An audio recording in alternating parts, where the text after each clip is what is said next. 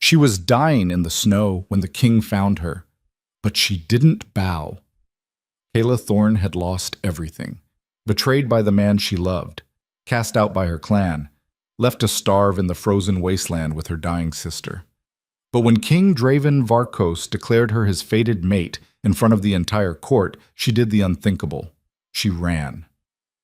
Because Kayla had learned the hardest truth: trust is deadlier than cold. And no bond, no matter how ancient, would chain her again. Stay until the end to see how a broken outcast becomes the most feared queen in the realm. Drop a like, comment what city you're watching from, and let's begin. The wind cut through Valdrin like a blade made of winter itself. Kayla Thorne knelt in the snow outside the eastern gate, her hand shaking as she pressed a torn strip of cloth against her sister's forehead. Mira's skin was gray, her breathing rattled. The fever had been burning for 3 days now, and there was nothing left to give her. No medicine, no warmth, no hope, just cold.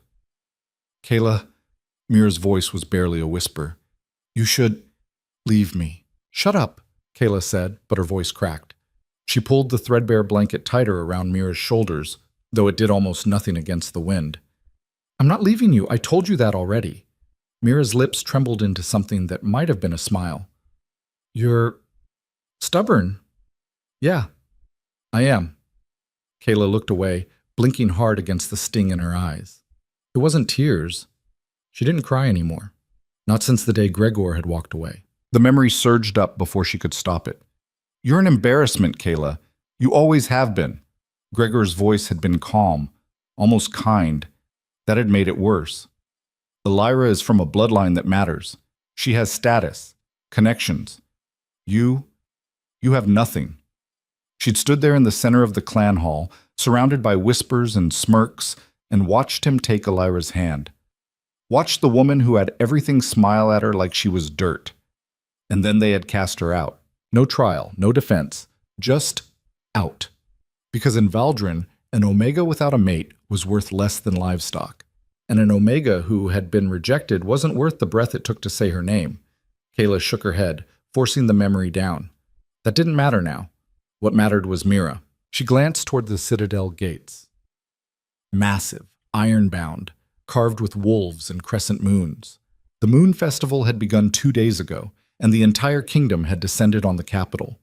Nobles, warriors, merchants, all gathering to celebrate the longest night of the year and witness the king's annual address. King Draven Varkos. The name alone was enough to make people flinch. He was a legend in Valdrin, ruthless, untouchable, feared by enemies and allies alike. They said he had never taken a mate, never bonded, never shown weakness. Kayla didn't care about legends. She cared about the fact that the royal healers were inside those walls, and Mira was dying out here. Kayla, Mira's hand found hers, cold and trembling. Don't do something stupid. Kayla looked down at her sister. Mira was 2 years younger, but she had always been the careful one, the smart one, the one who thought before she acted. Kayla had never been good at that. I'm getting you inside, Kayla said quietly. They won't let you. Then I'll make them. Mira's eyes widened.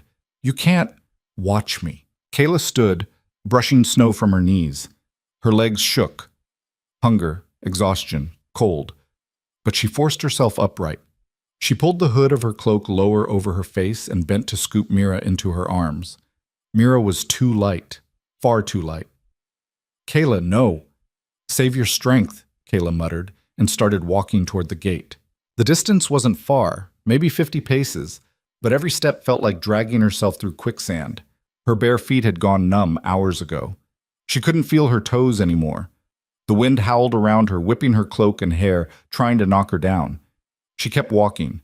Behind the walls, she could hear music, laughter, the sounds of people who had never known what it was like to be hungry, to be cold, to watch someone you loved fade away because you couldn't save them. Kayla's jaw tightened. She reached the gate. The guards saw her coming. There were 4 of them, all dressed in the black and silver of the royal garrison. They straightened as she approached, hands moving instinctively toward their weapons. Stop right there, one of them called. He was older, with a scar running down his jaw and eyes like flint. His gaze flicked over Kayla's torn cloak, her bare feet, the girl shivering in her arms. Gates closed to refugees. Kayla stopped a few paces away. I need a healer. Not our problem. She's dying. The guard's expression didn't change. Then she'll die outside. Move along. Kayla's jaw tightened. She took another step forward. The guard's hand went to his sword hilt.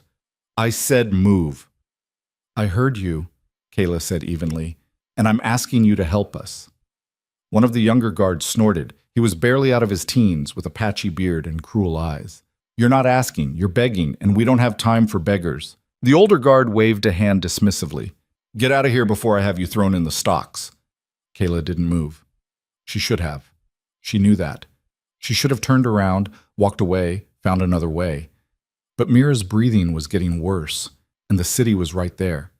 And she was so tired of being pushed aside. So tired of being nothing. Please, she said, and hated how small her voice sounded. Just let me through. I'll leave as soon as she's seen by... You deaf? The younger guard stepped forward, shoving her hard in the shoulder. Kayla stumbled. Mira nearly slipped from her arms. Hey, Kayla snapped, regaining her balance. Watch it. Or what? The guard grinned, showing crooked teeth. You gonna fight me, Omega? The word hit like a slap. Omega. She saw it in their eyes, the dismissal, the contempt, the certainty that she was nothing, less than nothing. Kayla's hands tightened around Mira. I just need a healer. And I just told you to get lost. The guard reached out, grabbing the edge of Kayla's cloak. His fingers twisted in the fabric. Now move before I... Kayla didn't think. She twisted, wrenching free of his grip, and slammed her elbow into his nose. There was a wet crunch. The guard yelped, staggering backward. Blood sprayed across the pristine snow, bright red against white. For a heartbeat, everything was silent. The other guards stared. The people passing nearby stopped and turned. Then the older guard's face went dark. You stupid girl. Kayla turned and ran. She didn't know where she was going. She just ran, clutching Mira against her chest, her bare feet slipping on ice and stone. Shouts erupted behind her. Boots pounded against the cobblestones. Stop her! Don't let her get away! Kayla darted left, into a narrow alley between two stone buildings. The walls pressed close on either side. The ground was slick with frost and something that might have been old blood. Her lungs burned. Her arms screamed. Mira was dead weight against her chest. Come on, just a little further. A hand caught the back of her cloak and yanked hard. Kayla went down, twisting at the last second to shield Mira. Pain exploded through her shoulder as she hit the ground. The impact knocked the air from her lungs. Got you! The young guard snarled, hauling her upright by her hair. Kayla thrashed, kicking, clawing at his wrist. Let go! Another guard grabbed her arm, wrenching it behind her back. The pain was immediate and sharp, white-hot up her shoulder. Stupid girl, the older guard growled, stepping into the alley.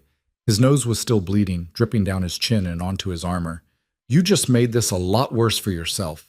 Kayla spat at him. His hand cracked across her face. Her head snapped to the side. The taste of copper flooded her mouth. Her vision blurred. Throw her in the stocks, the guard said coldly. Let her freeze. Maybe that'll teach her some respect. What about the other one? The younger guard nodded toward Mira, who lay crumpled in the snow a few feet away. The older guard glanced down. His expression didn't change. Leave her. She's already dead. She's not. Kayla lunged, but the guards held her fast. She screamed, fought, tried to break free, but there were too many of them and she was too weak, too hungry, too broken.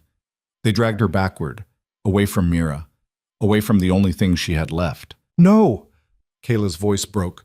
Please, don't! She needs help! Please! The guard ignored her. They hauled her out of the alley, into the main courtyard. The festival was in full swing. Merchants sold spiced wine and roasted meat from colorful stalls.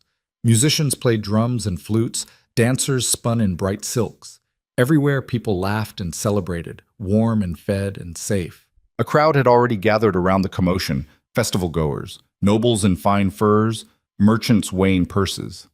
They stared, whispered, pointed. Kayla barely saw them. Her eyes were on Mira, still lying in the snow back in that alley, unmoving.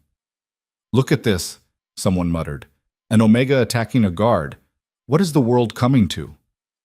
Probably tried to steal something. They should whip her. They should do worse than that. Kayla's vision swam.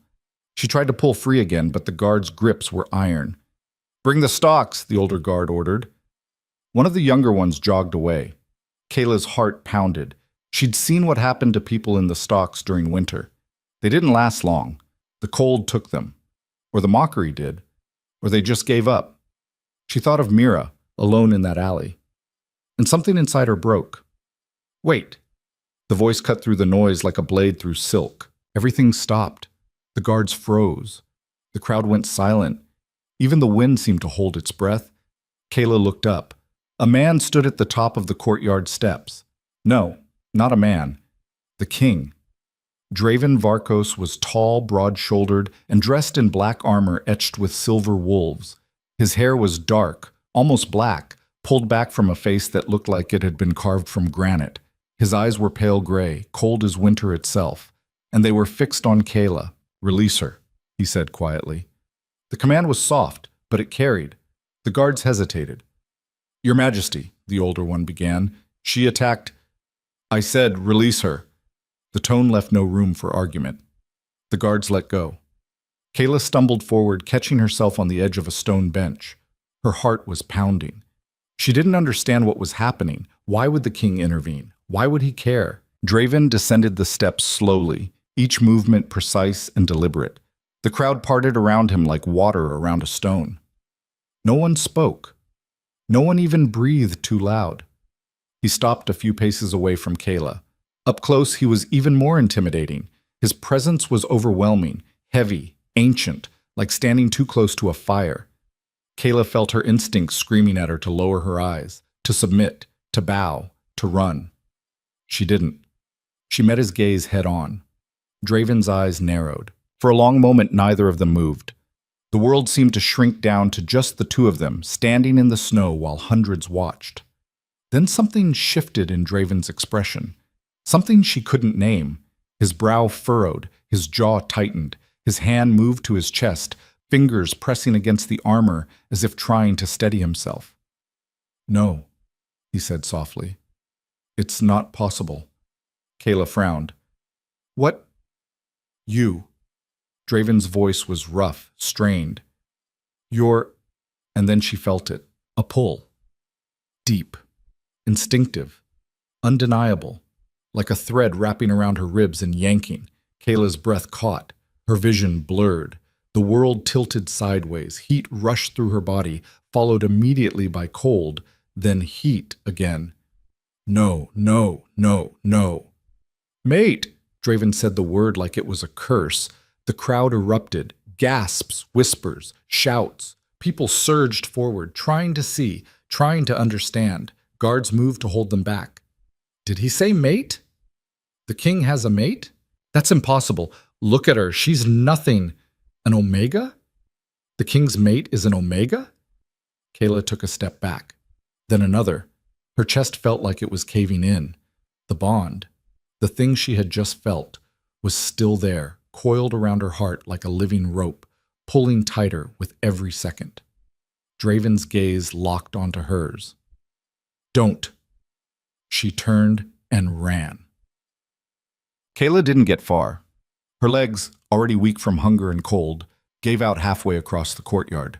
She collapsed against the base of a stone fountain, gasping for air.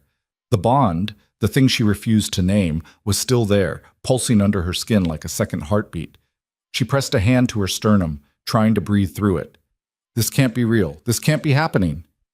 Footsteps approached, slow, deliberate. Kayla looked up to find Draven standing over her, his expression unreadable. Behind him, the crowd watched with hungry eyes. "You felt it," he said. It wasn't a question. Kayla said nothing. Draven crouched, bringing himself to her level. His eyes searched her face. "The bond. You felt it." "I don't care what I felt," Kayla said hoarsely. "I'm not—" "You don't have a choice." "I always have a choice." Draven's jaw tightened. "You don't understand." "I understand perfectly." Kayla forced herself to her feet, swaying. Her legs shook, but she stayed upright through sheer will. You're a king. You're powerful. You think you can just claim me because of some fated bond, Draven finished coldly. And yes, that's exactly what it means. Kayla laughed. It was a bitter, broken sound that scraped out of her throat. Of course. Because I don't get a say. I never do. Draven's eyes flickered with something, confusion, maybe, or annoyance. What are you talking about? Forget it. Kayla turned away, looking toward the alley where she'd left Mira. I need to get to my sister. The girl in the alley. Yes. Draven was silent for a moment. Then he straightened and nodded sharply toward one of the guards. Bring the girl to the healer's wing. Immediately. Give her the best care we have. The guard blinked. Your Majesty, she's just a... Did I stutter? No, Your Majesty. Then move. The guard scrambled to obey, disappearing into the alley. Kayla stared at Draven, stunned. Why would you... Because she's important to you. Draven's voice was flat, matter of fact. And whether you like it or not, you're important to me now. That makes her important. Kayla's hands curled into fists. I didn't ask for this. Neither did I. They stood there locked in a silent standoff while the crowd whispered and the bond between them thrummed like a living thing. A woman pushed through the crowd. She was beautiful, dark hair, flawless skin, dressed in silver and white. Her eyes were sharp as she looked Kayla up and down. Your Majesty, she said smoothly, surely there's been some mistake. This girl is clearly... Lady Saris. Draven's voice was ice. This doesn't concern you. Doesn't concern me? Lady Saris laughed, high and cold. The king's mate concerns the entire court. And I must say, this is unexpected. The way she said it made Kayla's skin crawl. She's filthy, another woman whispered, loud enough to carry. Look at her feet. She's been living in the streets like an animal. An Omega, someone else muttered. The king's mate is a common Omega. What will the other kingdoms say? This is a disgrace. Kayla's face burned. She wanted to scream at them, to tell them they didn't know anything about her, about what she'd survived, but her throat was tight and the words wouldn't come. Draven's expression hardened. Anyone who has a problem with my mate can take it up with me personally. I'm sure we can arrange a duel. The whispers stopped. No one moved. Draven turned back to Kayla. You'll stay in the Citadel, under guard, until we figure this out. I'm not staying anywhere, Kayla said. You don't have a choice. Stop saying that. It's the truth. Draven's voice dropped. You're my mate. That makes you a target. Every enemy I have, and I have many, will come for you the moment they learn you exist. If you leave these walls, you'll be dead within a day. Probably less. Kayla opened her mouth to argue, then stopped. Because he was right. She hated that he was right. She had nothing, no clan, no protection, no weapons, just Mira, who was barely alive, and herself, who wasn't much better. Fine, she said through gritted teeth, but I'm not doing this because you told me to. I'm doing it because Mira needs the healers. Draven inclined his head. Whatever helps you sleep at night. Kayla glared at him. He turned and gestured to two guards. Escort her to the guest wing. Make sure she has everything she needs. Food, water, clean clothes, and station guards at her door. To keep me in? Kayla asked bitterly. To keep others out. Draven's eyes met hers. Not everyone will be happy about this bond. Some may try to remove the problem. The words sent a chill down Kayla's spine. Draven walked away, his black cloak sweeping behind him like a shadow. And Kayla was left standing in the courtyard, surrounded by strangers who looked at her like she was a stain on their perfect festival. Lady Saris stepped closer. You should leave while you still can, she said quietly, before you get hurt. Is that a threat? A warning. Saris smiled, but it didn't reach her eyes. You don't belong here. You never will. She walked away.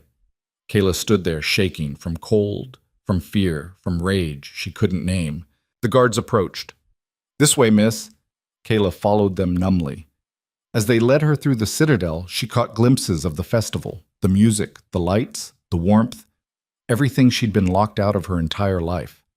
And now she was being dragged into the center of it, whether she wanted to be or not. Just like before, she thought bitterly. Someone else making decisions for me. The guards stopped at a heavy wooden door. "This will be your room," one of them said. "The king ordered food and water brought up. Someone will be by shortly with clothes." Kayla nodded mutely. They opened the door. The room was large, too large. A fire crackled in the hearth. The bed was enormous, piled with furs and blankets. There was a bathing room attached, steam already rising from a copper tub. It was more luxury than Kayla had seen in her entire life. It made her want to scream. "We'll be right outside," the guard said. "If you need anything—" Kayla closed the door in his face. She leaned against it, breathing hard. Her hands were shaking. Her whole body was shaking. The bond pulsed under her skin, a constant reminder that she was tied to a man she didn't know. A king who could probably kill her with one hand. A man who had already taken her choice away. Kayla sank to the floor, drawing her knees to her chest. And for the first time in months, she cried. She didn't know how long she sat there. Eventually, someone knocked. "Miss?" A woman's voice, soft and hesitant. "I have clothes for you, and food." Kayla didn't answer. "I'm leaving them outside the door." Footsteps retreated. Kayla waited until she was sure the woman was gone, then opened the door a crack. A tray sat on the floor. Bread, cheese, roasted meat, a pitcher of water. Next to it was a stack of clean clothes. She pulled them inside and shut the door again. The food smelled good. Too good. Her stomach cramped painfully. But she didn't eat, not yet. First, she stripped off her filthy clothes and stepped into the bathing room. The water was almost too hot, but she didn't care. She sank into it, scrubbing her skin until it was raw, washing away the grime and blood and everything else. When she finally emerged, her skin was pink and her fingers were pruned. She dried off and pulled on the clean clothes. A simple tunic and leggings, soft and warm. They fit perfectly. Someone had guessed her size. Then she sat down and ate. She tried to go slow, but she was too hungry. She devoured the bread, the cheese, the meat, drank the water until the pitcher was empty. When she was done, she felt almost human again. Almost. She walked to the window and looked out. The citadel sprawled below her, courtyards and gardens and towers. Beyond the walls, the city stretched out into the darkness, lights twinkling like stars. And beyond that, the frozen wilderness where she'd nearly died. Kayla pressed her forehead against the cold glass. "What am I doing?" A knock at the door made her jump. "Yes?" she called. "It's the healer," a woman's voice answered. "I have news about your sister." Kayla yanked the door open. The healer was middle-aged, with gray-streaked hair and kind eyes. She smiled gently. "Your sister is stable. The fever broke about an hour ago. She's sleeping now, but she should make a full recovery." Relief hit Kayla so hard she nearly collapsed. She's okay?" "She will be, with rest and care." The healer's expression softened. "You can see her in the morning, if you'd like." "Yes, please." The healer nodded. "Get some rest yourself. You look like you need it." She left. Kayla closed the door and leaned against it. Mira was going to be okay. That was all that mattered. Everything else, the bond, the king, the court, she could deal with later. Right now, she just needed to sleep. She crawled into the enormous bed, burrowing under the furs. And despite everything, she fell asleep within minutes. But she woke to someone pounding on her door. Kayla bolted upright, heart racing. Pale morning light filtered through the window. "What?" she called groggily. "The king requests your presence," a guard's voice answered. "In his study, immediately." Kayla groaned. "Tell him I'm busy." A pause. "He said you'd say that. He also said if you refuse, he'll come get you himself." Kayla threw off the blankets. "Fine. Give me a minute." She dressed quickly, splashed water on her face, and pulled her hair back. When she opened the door, 2 guards were waiting. "This way," one of them said. They led her through a maze of corridors. The citadel was even bigger than she'd thought. Endless hallways lined with tapestries and weapons, staircases that spiraled up into towers. Finally, they stopped at a heavy oak door. One of the guards knocked. "She's here, Your Majesty." "Send her in." The guard opened the door. Kayla stepped inside. The study was large but surprisingly simple. Shelves lined the walls, crammed with books and maps. A fire burned in the hearth. A massive desk dominated the center of the room. Draven stood by the window, his back to her. "Close the door," he said without turning. Kayla did. For a long moment, neither of them spoke. Then Draven turned to face her. In the daylight, he looked different, tired. The shadows under his eyes suggested he hadn't slept. "How's your sister?" he asked. "Alive? Thanks to you." He nodded. "Good." Silence stretched between them. "Why did you help her?" Kayla asked finally. Draven's expression didn't change. "I told you. She's important to you." "That's not a reason." "It's the only reason that matters." Kayla crossed her arms. "You don't even know me." "I know enough." Draven moved to his desk, pouring 2 glasses of wine from a crystal decanter. He held one out to her. Kayla didn't take it. He set it down with a sigh. "We need to talk about the bond." "There's nothing to talk about." "There's everything to talk about." Draven's voice was patient but firm. "Whether you like it or not, we're connected now, fated mates. It's not something either of us can ignore." "Watch me." Draven's jaw tightened. "You're being stubborn. And you're being controlling." "I'm trying to keep you alive." "I don't need you to keep me alive. I've been doing fine on my own." Draven's eyes flicked to her wrists, thin, scarred. To her face, still too pale, too hollow. "Have you?" Kayla's hands curled into fists. Draven sighed. "Look, I know you didn't ask for this, neither did I. But the bond exists. Denying it won't make it go away. It'll only make things harder." "Harder for who?" "For both of us." He ran a hand through his hair. "I can feel you, Kayla. Your fear, your anger. It's like static under my skin." Kayla blinked. "You can feel me?" "Yes, and it'll get stronger the longer we're near each other." He met her eyes. "Can you feel me?" Kayla wanted to lie, but she couldn't, because yes, she could. A low hum at the back of her mind, a presence that hadn't been there before. It was subtle, but it was there. "This is insane," she whispered. "It's the bond." "I don't want it." "Too bad." Draven's voice was blunt. "We're stuck with it, so we need to figure out how to deal with it." Kayla looked away. "I can't do this." "You don't have a choice." "Stop saying that." Draven stepped closer. "Then tell me what you want me to say. Because I'm trying to help you, and you keep pushing me away."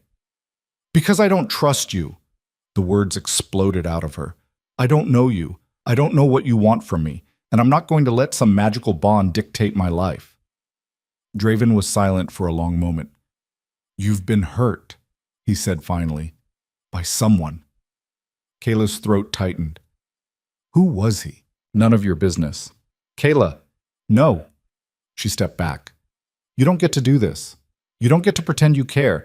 You're doing this because of the bond, not because of me." Draven's expression hardened.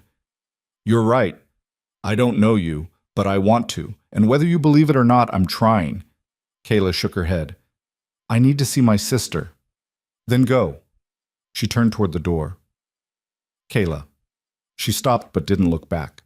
"This bond isn't going away," Draven said quietly. "Sooner or later, you're going to have to accept it." Kayla walked out without answering. Set. The healer's wing was quiet when she arrived. Mira was awake, sitting up in bed and sipping broth from a wooden bowl. Color had returned to her cheeks. "Kayla," she said, her face lighting up. Kayla crossed the room and pulled her into a hug. "You're okay." "I'm okay." Mira pulled back, searching Kayla's face. "What happened?" "The healer said we're in the Citadel, but she wouldn't tell me why." Kayla sat on the edge of the bed. "It's complicated." "Try me." So Kayla told her. Everything. The guards, the courtyard, the king, the bond. Mira's eyes grew wider with every word. "You're the king's mate?" she whispered. "Apparently." "Kayla, that's terrible, I know." "I was going to say incredible." Mira grabbed her hand. "You're going to be queen." "I'm not going to be anything." Kayla pulled her hand away. "I'm leaving as soon as you're strong enough to travel."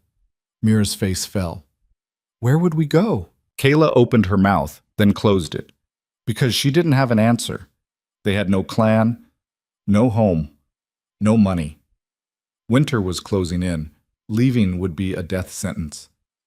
I don't know, Kayla admitted, but I'll figure something out. Mira looked at her for a long moment. Or you could stay. No. Kayla, I'm not staying with him, Mira. I can't. Why not? Because Kayla's voice broke. Because I can't go through that again. I can't trust someone just to have them throw me away when I'm not good enough. Mira's expression softened. He's not Gregor. You don't know that. Neither do you. Kayla looked away. Mira squeezed her hand. I know you're scared. I would be too. But maybe this is your chance to have something better. I don't want better. I just want to survive. Kayla, Mira's voice was gentle. We're already surviving. Maybe it's time to start living. Kayla didn't answer, because she didn't know how. Kayla stayed with Mira for the rest of the morning, helping her eat, talking about nothing in particular. Anything to avoid thinking about the bond. About Draven. About the fact that she was trapped in a citadel full of people who already hated her. By midday, a servant arrived with a message. Lady Kayla, the young woman said, bowing slightly. The king requests that you join him for the evening meal, in the great hall. Kayla's stomach dropped. Tell him I'm not hungry. The servant's eyes widened. I can't do that, my lady. I'm not a lady. The king said, I don't care what he said. Kayla stood. I'm not going. The servant looked like she might cry. Please. He was very insistent. If I come back without you, Mira touched Kayla's arm. Just go. It's one meal. You don't understand. I understand that you're making this harder than it needs to be. Mira's voice was gentle but firm. Go, eat. Show them you're not afraid. Kayla wanted to argue, but the look in Mira's eyes stopped her. She sighed. Fine. One meal. The servant looked relieved. Thank you, my lady. I'll inform the king. She hurried away. Kayla turned to Mira. I hate this. I know. Mira smiled. But you're good at hating things. Use it. Despite everything, Kayla almost smiled. The Great Hall was exactly as intimidating as Kayla had imagined. It was massive, high-vaulted ceilings, stone pillars carved with wolves and moons, long tables stretching the length of the room. Hundreds of people filled the benches, all dressed in fine clothes, all talking and laughing and drinking. They fell silent when Kayla entered. Every eye turned toward her. Kayla forced herself to keep walking. The servant led her toward the high table at the far end of the hall, where Draven sat in a carved wooden chair that looked more like a throne. He stood when he saw her. Kayla, he said, his voice carrying across the silence. Join me. It wasn't a request. Kayla climbed the steps to the high table. A chair had been placed beside Draven's. She sat, keeping her spine straight, her face blank. The hall slowly came back to life. Conversations resumed, though quieter now, wary. Draven sat beside her. You came. I was threatened. You were invited. Same thing. A flicker of something, amusement, crossed his face. You're not easy. Good. A servant appeared with a platter of food, roasted venison, glazed vegetables, thick slices of bread. Kayla's stomach growled despite herself. She ate slowly, aware of the stares, aware of the whispers. They're talking about you, Draven said quietly. I noticed. Does it bother you? Should it? Draven's eyes flicked toward her. Most people would be intimidated. I'm not most people. No. His voice dropped. You're not. Kayla didn't know what to say to that, so she said nothing. A woman approached the table. It was Lady Ceres, the one from yesterday. She curtsied deeply, her smile sharp. Your Majesty, she said. May I speak freely? You're going to anyway, Draven said. Ceres's smile didn't falter. The court is concerned about your choice of mate. My choice? Draven's voice was cold. The Bon Cho. I didn't. Of course, Your Majesty, but surely you see how this looks. An Omega, a refugee, someone with no bloodline, no status. Someone who survived what would have killed most of your soft courtiers, Draven interrupted.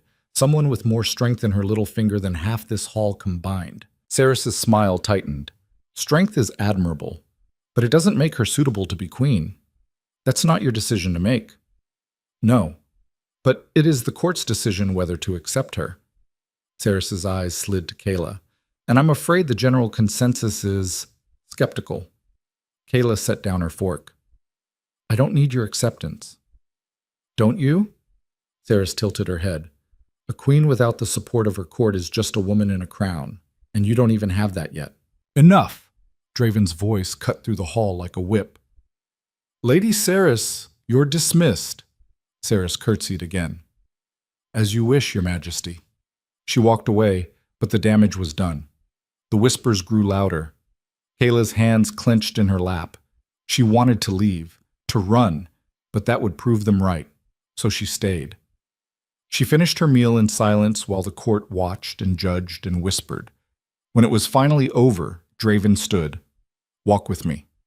It wasn't a request. Kayla followed him out of the hall, down a corridor, and into a quieter wing of the citadel. They stopped on a balcony overlooking the city. The moon was rising, full and bright. I'm sorry, Draven said. Kayla blinked. What? For Cerys. For the court. For all of it. He leaned against the railing. They shouldn't have spoken to you that way. Why didn't you stop them sooner? Because you need to see what you're up against. Draven's voice was quiet. If you stay, this is what it'll be like. Every day. They'll question you, test you, try to break you. I'm already broken, Kayla said bitterly. Draven looked at her. No, you're not. You don't know me. I'm starting to. Kayla turned away. Why do you even want this? You could reject the bond, find someone more suitable. I can't reject it. Neither can you. It doesn't work that way. Draven's jaw tightened. And even if I could, I wouldn't. Why not? Because I've spent 30 years without a mate. 30 years watching my court play their games, watching enemies circle, knowing I had no weakness they could exploit. And then you appeared. He paused, and everything changed. Kayla's chest tightened. I'm not a weapon you can use. I know. Draven's voice softened. But you could be a partner, if you wanted. I don't. I know that too. They stood in silence, the wind cold against their faces. There's going to be a challenge, Draven said finally. Kayla frowned. What kind of challenge? A formal one. Someone from the court will demand proof that you're worthy to stand beside me. And if I'm not, then they'll try to remove you, legally or otherwise. Draven's eyes met hers. I can protect you from assassination. I can't protect you from being publicly humiliated. Kayla's stomach twisted. When? 3 days, during the blood moon ceremony. What do I have to do? Prove yourself, however they decide to test you. Draven hesitated. I can refuse the challenge, but it'll make you look weak. Then don't refuse it. Draven's eyes widened slightly. You're sure? No? Kayla's voice was steady, despite the fear crawling up her spine. But I'm not going to hide. For the first time, Draven smiled. It was small, barely there, but real. Good, he said. The next 2 days passed in a blur. Kayla spent most of her time with Mira, who was growing stronger by the hour. The healer said she'd make a full recovery within the week. But Kayla couldn't shake the dread building in her chest. On the 3rd day, a servant brought her a dress. It was beautiful, deep blue silk with silver embroidery along the hem and sleeves, far finer than anything Kayla had ever worn. For the ceremony, the servant explained. Kayla stared at it. I'm not wearing that. The king insists. Of course he does. But when the time came, she put it on. It fit perfectly, too perfectly, like it had been made for her. She looked at herself in the mirror and barely recognized the woman staring back. A knock at the door. It's time, a guard called. Kayla took a deep breath and opened the door. They led her to the great hall again, but this time it was different. The tables had been cleared. Torches lined the walls. The entire court stood in a circle, watching. Draven stood at the center, dressed in black and silver. His expression was unreadable. Kayla walked toward him, her heart pounding. The crowd parted. A woman stepped forward. She was tall, muscular, with short-cropped hair and scars along her arms. A warrior. "I am Commander Vessa," she said, her voice ringing through the hall. "And I challenge the king's mate." Kayla's blood went cold. Draven's jaw tightened. On what grounds? On the grounds that she is unworthy, that she has no strength, no skill, no place beside a king. Vessa's eyes locked on Kayla. "I challenge her to single combat." The hall erupted. Kayla's mind raced. She'd never been trained to fight, never held a real weapon. This wasn't a test. It was an execution. Draven stepped forward. "I refuse the challenge." "You can't," Vessa said. "By law, the challenged has the right to accept or decline. Not you." Draven's eyes found Kayla's. There was something desperate in them. "Don't do this." Kayla looked at Vessa, at the court, at the faces staring at her with contempt and curiosity and hunger. She thought of Gregor, of being cast out, of every time someone had told her she was nothing. "I accept," she said. The hall fell silent. Draven's face went pale. "Kayla, I accept," she repeated, louder. Vessa smiled. "Good. Choose your weapon." A servant brought forward a table covered in blades, swords, daggers, axes. Kayla had no idea which to choose. She reached for a short sword, hoping it would be easier to handle. Vessa picked up a long sword like it weighed nothing. They moved to the center of the circle. Kayla's hands were shaking. She gripped the sword tighter, trying to steady herself. Vessa circled her slowly. Last chance to walk away. No. Brave. Stupid, but brave. Then she attacked. Kayla barely got her sword up in time. The impact rattled her bones. She stumbled back. Vessa pressed forward, her strikes fast and brutal. Kayla blocked desperately, her arms screaming with each blow. The crowd roared. Kayla's back hit the wall. Vessa's sword came down. Kayla rolled sideways. The blade struck stone, sparks flying. She scrambled to her feet, gasping. Vessa turned, unbothered. "You can't win. You know that, right?" Kayla didn't answer. She was too busy trying to breathe. Vessa lunged. Kayla dodged left, slashing wildly. The blade caught Vessa's arm, drawing blood. Vessa looked down at the cut. Then she laughed. "Not bad, but not enough." She swung again, faster this time. Kayla blocked, but the force sent her sprawling. Her sword skittered across the floor. Vessa stood over her, blade at her throat. "Yield," she said. Kayla's chest heaved.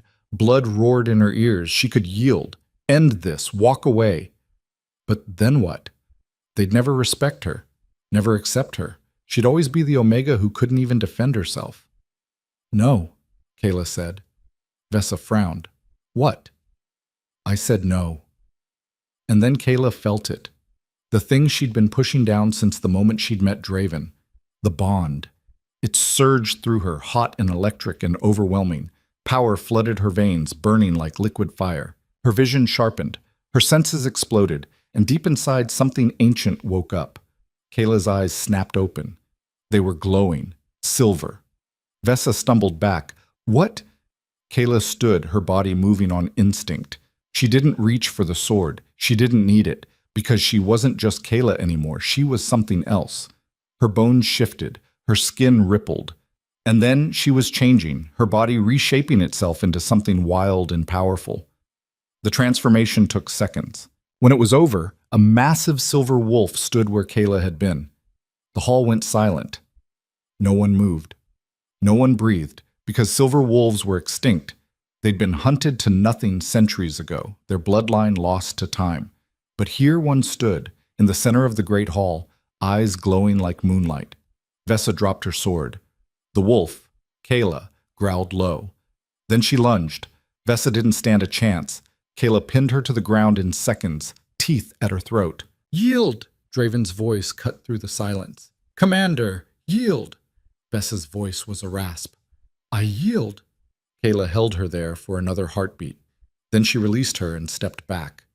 The transformation reversed, bones cracking, skin smoothing. Kayla collapsed to her knees, naked and shaking. Someone threw a cloak over her. Draven was there, kneeling beside her. Are you hurt? Kayla shook her head. She couldn't speak, couldn't think. Draven pulled her to her feet and turned to face the court. Anyone else want to challenge her? His voice was ice. No one answered. Good. He looked at Kayla. Come on, let's get you out of here. He led her out of the hall, away from the stares and whispers, but Kayla could still feel them watching, still feel the weight of what she'd just revealed, and she knew everything had just changed. They didn't speak until they reached Draven's chambers. He sat her down by the fire and poured her wine. Kayla's hands were still shaking too badly to hold the glass. What just happened? She whispered. You shifted. Draven's voice was calm, but his eyes were intense. Into a silver wolf. That's impossible. Clearly not. Kayla looked down at her hands. They looked normal now, but she could still feel it, the power, coiled just beneath her skin. How? She asked. The bond. Draven sat across from her. It must have triggered something dormant in your bloodline. My bloodline is nothing. I'm an omega, a nobody. You're not a nobody. Draven leaned forward. Silver wolves were the original ruling class of Valdrin. Centuries ago, they led armies, commanded kingdoms. They were the most powerful shifters that ever lived. And they're extinct. Were extinct. Draven's eyes met hers. Until now. Kayla's mind spun. This doesn't make sense. If I had that kind of bloodline, someone would have known. My clan would have... Your clan threw you out, Draven said bluntly. Maybe they didn't know. Or maybe they did, and they were afraid. Kayla's chest tightened. Either way, Draven continued, you can't hide this anymore. The entire court saw what you are. What am I? The most powerful shifter in Valdrin. He paused. And my mate. Kayla looked at him, really looked at him. For the first time, she saw something other than cold calculation in his eyes. She saw fear. You're afraid of me, she said. I'm afraid for you. Draven's voice dropped. Do you know what people will do when they realize what you are? The power you represent? Kill me? Try to control you, use you, turn you into a weapon. He stood, pacing. There are kingdoms that would go to war just to possess a silver wolf. Kayla's hands curled into fists. I'm not a possession. I know. Draven stopped, looking at her. But they don't, and they'll come for you. Soon. The weight of it hit her all at once. She'd thought revealing her power would prove her worth. Instead, she'd painted a target on her back. What do I do? She asked quietly. Draven knelt in front of her, taking her hands. You learn to control it, to fight, to protect yourself. His grip tightened. And you let me help you. Kayla wanted to pull away, wanted to run. But for the first time since this all began, she didn't. Because Draven was right about one thing. She couldn't do this alone. Okay, she whispered. Draven's eyes widened slightly. Okay? Don't make me say it again. A small smile tugged at his lips. I wouldn't dream of it. Kayla returned to her room later that night, exhausted and overwhelmed. But when she opened the door, she froze. Mira was sitting on her bed, and she wasn't alone. Lady Saris stood beside her, a dagger pressed to Mira's throat. Hello, Kayla, Saris said pleasantly. We need to talk. If you or someone you know is having a difficult time, free support is available. Find resources. Kayla's world narrowed to three things. The dagger at Mira's throat, the cold smile on Saris's face, and the rage building in her chest like a wildfire. Let her go, Kayla said. Her voice was steady, but her hands were already trembling with the effort of not shifting right there. Close the door, Saris said pleasantly. Quietly. And don't even think about calling for the guards. Kayla hesitated. The blade pressed closer. A thin line of red appeared on Mira's skin. Kayla closed the door. Good. Saris's smile widened. Now we can talk like civilized people. There's nothing civilized about holding a knife to someone's throat. No? I thought it was rather efficient. Saris tilted her head. Your sister is quite lovely. It would be a shame if something happened to her. Mira's eyes were wide with terror, but she didn't make a sound. Kayla forced herself to breathe. What do you want? What I've always wanted. For you to leave. Theris's tone was conversational, like they were discussing the weather. You don't belong here, Kayla. You never did. And now that everyone knows what you are, you've become a problem that needs to be solved. So you're going to kill me? Kill you? Don't be dramatic. Ceres laughed. I'm giving you a choice. Leave Valdrin tonight, take your sister, disappear, and I'll make sure you have enough gold to start over somewhere far away. And if I don't? Ceres's smile faded. Then your sister dies. Tonight. And you'll spend the rest of your short life wondering if you could have saved her. Kayla's fists clenched. The power inside her stirred, responding to her fury. She could feel the shift starting, bones ready to crack, muscles ready to reshape. I wouldn't, Ceres said softly. The moment you transform, I cut her throat. And even a silver wolf can't bring back the dead. Kayla froze. That's better. Ceres's smile returned. Now, what's it going to be? Kayla looked at Mira. Her sister's face was pale, tears streaming down her cheeks. I'm sorry, Mira mouthed. Kayla's throat tightened. She could fight. She could try to save Mira, try to overpower Ceres before the blade fell. But the risk, the chance that she'd be too slow, that Mira would die because Kayla had been too stubborn to walk away. Fine, Kayla said. We'll leave. Ceres's eyebrows rose. Just like that? Just like that. How disappointing. I expected more fight from the legendary Silver Wolf. Ceres stepped away from Mira, but kept the dagger ready. You have until dawn. Pack light. And if I hear that you've spoken to the king or anyone else, the deal is off. Understood. Ceres walked to the door, then paused. For what it's worth, I almost respect you. You survived things that would have broken most people. But survival isn't enough. Not here. She opened the door. Goodbye, Kayla. She left. The moment the door closed, Mira collapsed. Kayla caught her, holding her tight. I'm sorry, Mira sobbed. I'm so sorry. I tried to scream, but she was so fast. It's okay. You're okay. Kayla stroked her hair, her mind racing. They couldn't leave. Not really. Ceres would have them killed the moment they stepped outside the Citadel gates. This wasn't mercy. It was a cleaner way to get rid of them. But if they stayed, Mira was a target, and Kayla couldn't protect her every second. Kayla, Mira whispered, what are we going to do? Kayla pulled back, looking at her sister. You're going to hide, and I'm going to end this. Well, Kayla took Mira to the healer's wing. It was the safest place in the Citadel, always guarded, always watched. Stay here, Kayla said. Don't leave for any reason. If anyone asks, tell them you're still recovering. Where are you going? To find Draven. Mira grabbed her arm. Ceres said, I don't care what Ceres said. Kayla's voice was hard. She threatened you. She threatened us. I'm not running anymore. Kayla, I'll be back. I promise. Before Mira could argue, Kayla left. She found Draven at the war room, bent over a map with 3 of his commanders. They looked up when she entered. Out, Draven said. The commanders exchanged glances but obeyed, filing out quickly. When they were alone, Draven straightened. What's wrong? Ceres came to my room. She had a knife to Mira's throat. Draven's expression went dark. Is your sister hurt? No, but Ceres gave me until dawn to leave Valdrin or she'd kill her. Draven was silent for a long moment. When he spoke, his voice was lethal. Where is Ceres now? I don't know. Her chambers, maybe. Stay here. No. Kayla stepped in front of him. You can't just arrest her. She's nobility. She has allies. If you move against her without proof, it'll look like you're protecting me because of the bond. It'll make things worse. Draven's jaw tightened.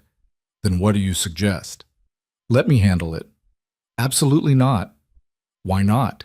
Because she tried to kill your sister. Because she's dangerous. Because... He stopped himself. Because what? Because I can't lose you. The words came out raw. Not now. Not when I just found you.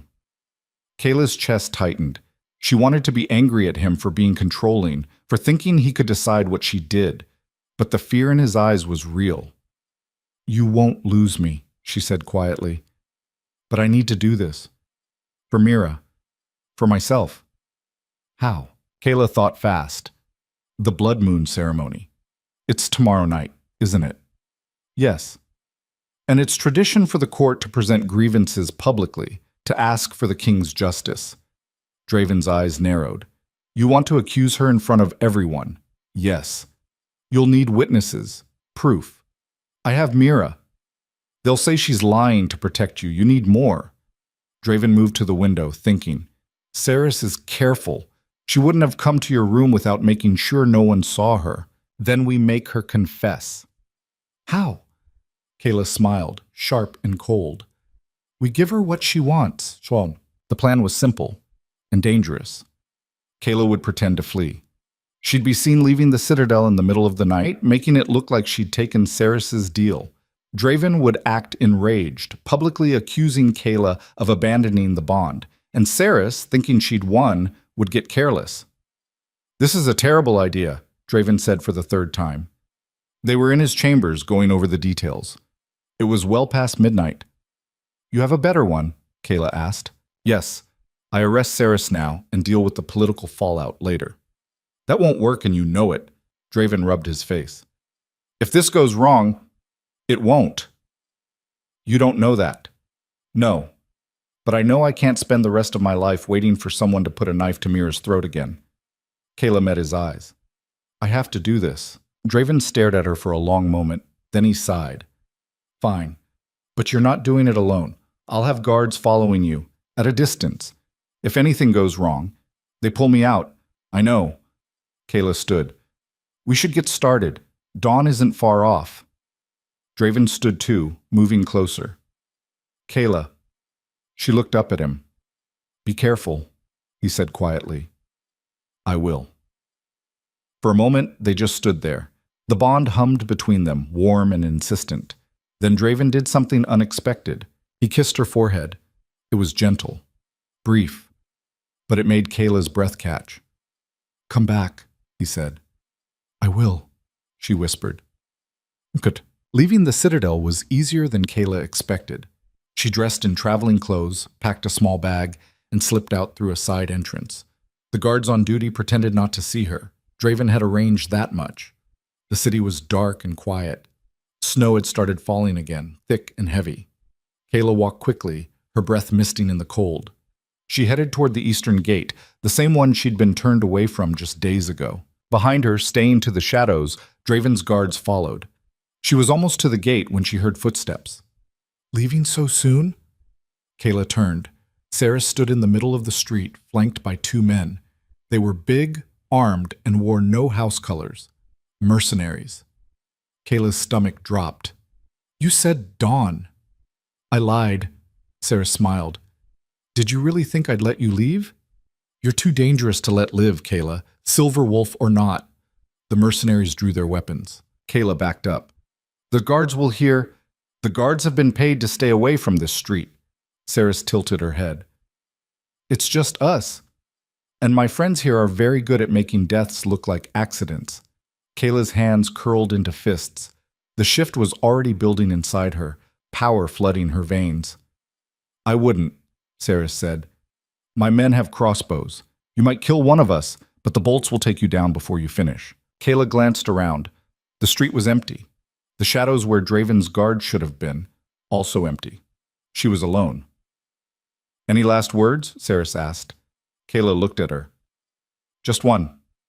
And what's that? Now.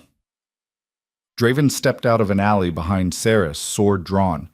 At the same moment, a dozen royal guards emerged from doorways and rooftops surrounding them. Cerys's face went white. You were right about one thing, Draven said coldly. Guards can be paid to look away. But my personal guard? They can't be bought. The mercenaries dropped their weapons. Cerys turned to run, but two guards caught her. No, she hissed, struggling. You can't prove anything. I just did. Draven nodded toward a window above them. A scribe stood there, holding a ledger. Every word you said was recorded. By royal decree, confession of attempted murder is grounds for immediate arrest. Cerys's struggles stopped. She looked at Kayla, hatred burning in her eyes. You think this changes anything? The court will never accept you. You'll always be— Enough, Draven snapped. Take her to the dungeons. She'll stand trial at the Blood Moon ceremony. The guards dragged Cerys away. Kayla stood in the snow shaking, not from cold, from adrenaline. Draven approached her. Are you hurt? Kayla shook her head. Good. He glanced at the guards. Secure the area. Make sure those mercenaries talk. The guards moved quickly. Draven turned back to Kayla. That was reckless. It worked. Barely. But it did. Kayla met his eyes. She confessed. You have her. We have her. Draven's voice softened. You did this. Not me. Kayla didn't know what to say to that. Draven held out his hand. Come on, let's get you inside before you freeze. Kayla took it. His hand was warm, solid, and for the first time since this nightmare began, she felt safe. The Blood Moon ceremony was held in the Citadel's main courtyard. Thousands gathered, nobility, commoners, guards, merchants. Everyone who lived within the Citadel walls came to witness the king's justice. Kayla stood on the platform beside Draven, wearing another dress someone had picked for her. This one was silver, like her wolf form. It felt deliberate. Below them, Cerys knelt in chains. Draven addressed the crowd. Lady Cerys stands accused of attempted murder, of threatening the king's mate and her sister, of hiring mercenaries to kill within Citadel walls. His voice rang out, clear and cold. The evidence has been heard. The witnesses have spoken. Does anyone here dispute these charges? Silence. Cerys's allies, and she'd had many, said nothing. Then by the law of Valdrin, Draven continued, Lady Cerys is found guilty. Her lands are forfeit. Her title revoked. And she is hereby banished from the kingdom, effective immediately. Gasps rippled through the crowd. Banishment was worse than death in winter. Cerys would be lucky to survive a week. Cerys looked up, her face twisted with rage. You'll regret this, both of you. She'll destroy you, Draven. That Omega will be your downfall. Take her away, Draven said. Guards hauled Cerys to her feet and dragged her toward the gates. The crowd watched in silence. When she was gone, Draven turned to Kayla. Are you all right? Yes. Good, because we're not done. Kayla frowned. What do you mean? Draven addressed the crowd again. As you all witnessed 2 nights ago, my mate revealed herself to be a silver wolf. The first seen in centuries, he paused. Some of you have questioned whether she's worthy to stand beside me, whether she has the strength, the nobility, the bloodline. Kayla's chest tightened. Where was he going with this? I propose we settle it, Draven said. Tonight, according to the old laws. Murmurs spread through the crowd. What are you doing? Kayla whispered. Giving you what you need, Draven said quietly. Respect. He raised his voice. The old laws state that any Omega claiming the right to rule must prove their worth through the trial of the moon. 3 challenges. Strength, wisdom, heart. If she passes, no one can question her place, ever. The crowd erupted in whispers. Kayla's mind raced. You didn't tell me about this. Because you would have refused. You're right. I would have. It's too late now. Draven looked at her. The trial has been invoked. You can refuse, but then I'll look weak. Yes. Kayla wanted to scream, but she saw the calculation in his eyes. He'd backed her into a corner, but he'd done it to help her. She hated him a little for it. Fine, she said. What do I have to do? What? The trial of the moon began an hour later. The first challenge was strength. They brought out a massive stone, easily 1,000 pounds, and set it in the center of the courtyard. Lift it, the Master of Trials said, or move it 10 paces. Either will suffice. Kayla stared at the stone. There was no way. Not in human form. You can shift, Draven said quietly. I don't know how. It just happens when I'm angry or scared. Then get angry. Kayla looked at the crowd, at their doubtful faces, their smirks. She thought of Gregor, of being cast out, of Cerys with a knife to Mira's throat. The rage came easily. The shift followed, bones cracked, skin rippled, and then she was the wolf again, massive and silver and powerful. The crowd gasped.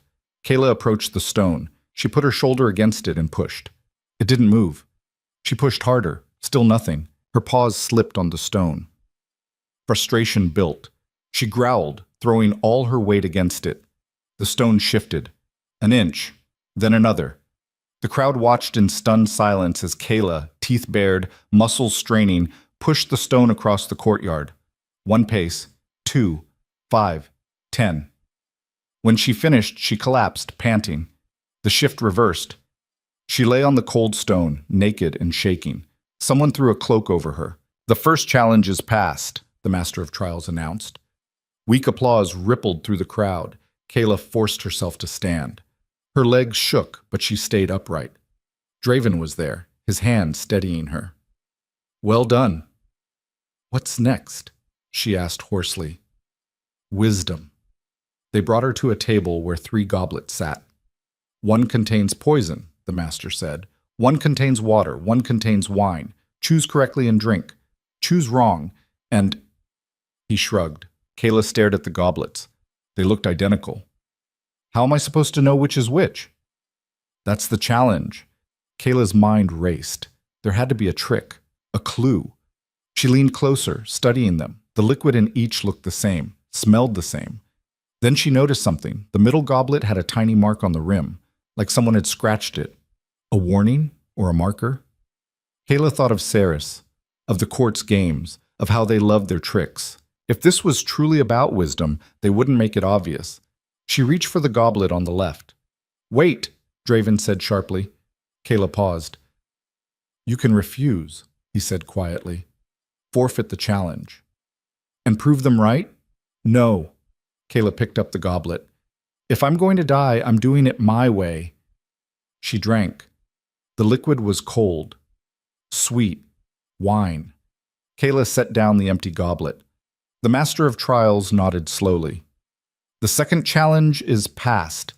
Louder applause this time. Kayla's hands were still shaking. That had been pure luck. "One more," Draven said. "What's the third challenge?" "Heart." They led her to a different part of the courtyard. 2 people stood there, hooded and bound. Kayla's stomach dropped. "The final challenge," the Master said, "is to choose. One of these people is guilty of treason against the crown. One is innocent. You must decide which to execute." "No," Kayla said immediately. "This is the challenge. Choose or forfeit. I'm not executing anyone." "Then you fail." Draven stepped forward, removed their hoods. The guards obeyed. Kayla's breath caught. On the left was a man she didn't recognize, older, scarred, with cold eyes. On the right was a woman, young, terrified, and pregnant. "This is insane," Kayla said. "I'm not doing this." "You must," the Master said, "or you forfeit." Kayla looked at Draven. "You knew about this?" His face was unreadable. "The trial is law. I can't change it." Kayla wanted to scream, to shift and tear the whole courtyard apart, but that wouldn't help. She looked at the 2 prisoners. The man stared at her with hatred. The woman was crying. "Tell me their crimes," Kayla said. "That is not part of the trial," the Master said. "Then make it part of the trial." Kayla's voice was steel. "Tell me, or I walk away right now and you can all go to hell." The Master hesitated, then he nodded to a guard. The guard stepped forward. "The man is accused of selling intelligence to enemy kingdoms. The woman is accused of poisoning a nobleman's wine." Kayla looked at the woman. "Did you do it?" The woman sobbed. "I didn't have a choice. He hurt me. He hurt my family. I just wanted him to stop." "Enough," the Master snapped. Kayla looked at the man. "And you?" The man spat at her feet. Kayla closed her eyes. This wasn't about guilt or innocence. This was about proving she could make hard choices. Cold choices. The kind a queen would have to make. But Kayla wasn't a queen. She was a survivor. And survivors didn't play by the rules. "I choose neither," she said. The crowd murmured. "That is not an option," the Master said. "I'm making it one." Kayla turned to Draven. "You said this trial was about heart, about proving I'm worthy. Well, here's my answer. I won't kill an innocent person to prove anything to anyone. If that makes me unworthy, fine. But I won't become a monster to wear a crown." Draven stared at her. The crowd was silent. Then slowly Draven smiled. "The trial is past," he said. "What?" The Master looked shocked. "Your Majesty, she didn't choose." "She chose mercy, compassion. She chose to value life over power." Draven's voice rang out. That is the heart of a true ruler. The trial is past. The crowd erupted. Some cheered, some protested, but the noise was deafening. Kayla stood there, shaking, barely able to process what had just happened. Draven stepped close. Well done. I didn't do anything. You did everything. He took her hand, raising it high. I present to you Kayla Thorne, my mate, your future queen. The cheers grew louder, but not everyone was cheering. In the back of the crowd, Kayla saw faces twisted with anger, with hate. This wasn't over. It was just beginning. Later that night, Kayla finally had a moment alone. She sat in her room, staring at the fire, trying to make sense of everything. A knock at the door. Come in, she called, too tired to care who it was. Mira entered, closing the door behind her. Are you okay? I don't know. Mira sat beside her. You were amazing today. I was lucky. You were brave. Kayla looked at her sister. I almost got us both killed. But you didn't. Mira took her hand. You saved us. Again. Kayla's throat tightened. I don't know how to do this, Mira. Be a queen. Lead people. You're Kayla. That's enough. Before Kayla could respond, the door burst open. A guard stumbled in, blood streaming from a wound in his side. Attack, he gasped. Eastern wall. They're inside. He collapsed. Kayla was on her feet instantly. Who's inside? But she already knew. The enemies Draven had warned her about. They'd come for her, and they weren't alone. Kayla ran. Not a way toward. She burst into the corridor, Mira screaming behind her to wait, to be careful. But Kayla couldn't wait. The citadel was under attack, and she was done hiding. Guards rushed past her, weapons drawn, shouting orders. The clash of steel echoed from somewhere below. Screams, the acrid smell of smoke. Kayla grabbed a passing soldier. Where's the king? Eastern wall, my lady. She was already running. The eastern wall was chaos. Bodies lay sprawled on the stone. Guards, attackers, she couldn't tell which. Fire licked at the wooden scaffolding. The gate had been breached, the massive doors hanging off their hinges, and through the opening poured soldiers in black armor marked with a crimson wolf. Kayla's blood went cold. She knew that symbol. Everyone in Valdrin knew it. The Bloodstone clan, raiders from the northern wastes. They took what they wanted and burned the rest. In the center of the fighting, she saw Draven. He moved like death itself, his sword cutting through attackers with brutal efficiency. But there were too many. For every one he killed, 2 more took their place. Kayla didn't think. She shifted. The transformation was faster this time, smoother. Her bones cracked and reformed, her senses exploded outward, and then she was the wolf, massive and silver and furious. She leaped into the fray. The first raider she hit didn't see her coming. Her jaws closed around his sword arm, and she felt bones snap. He screamed. She threw him aside and lunged at the next one.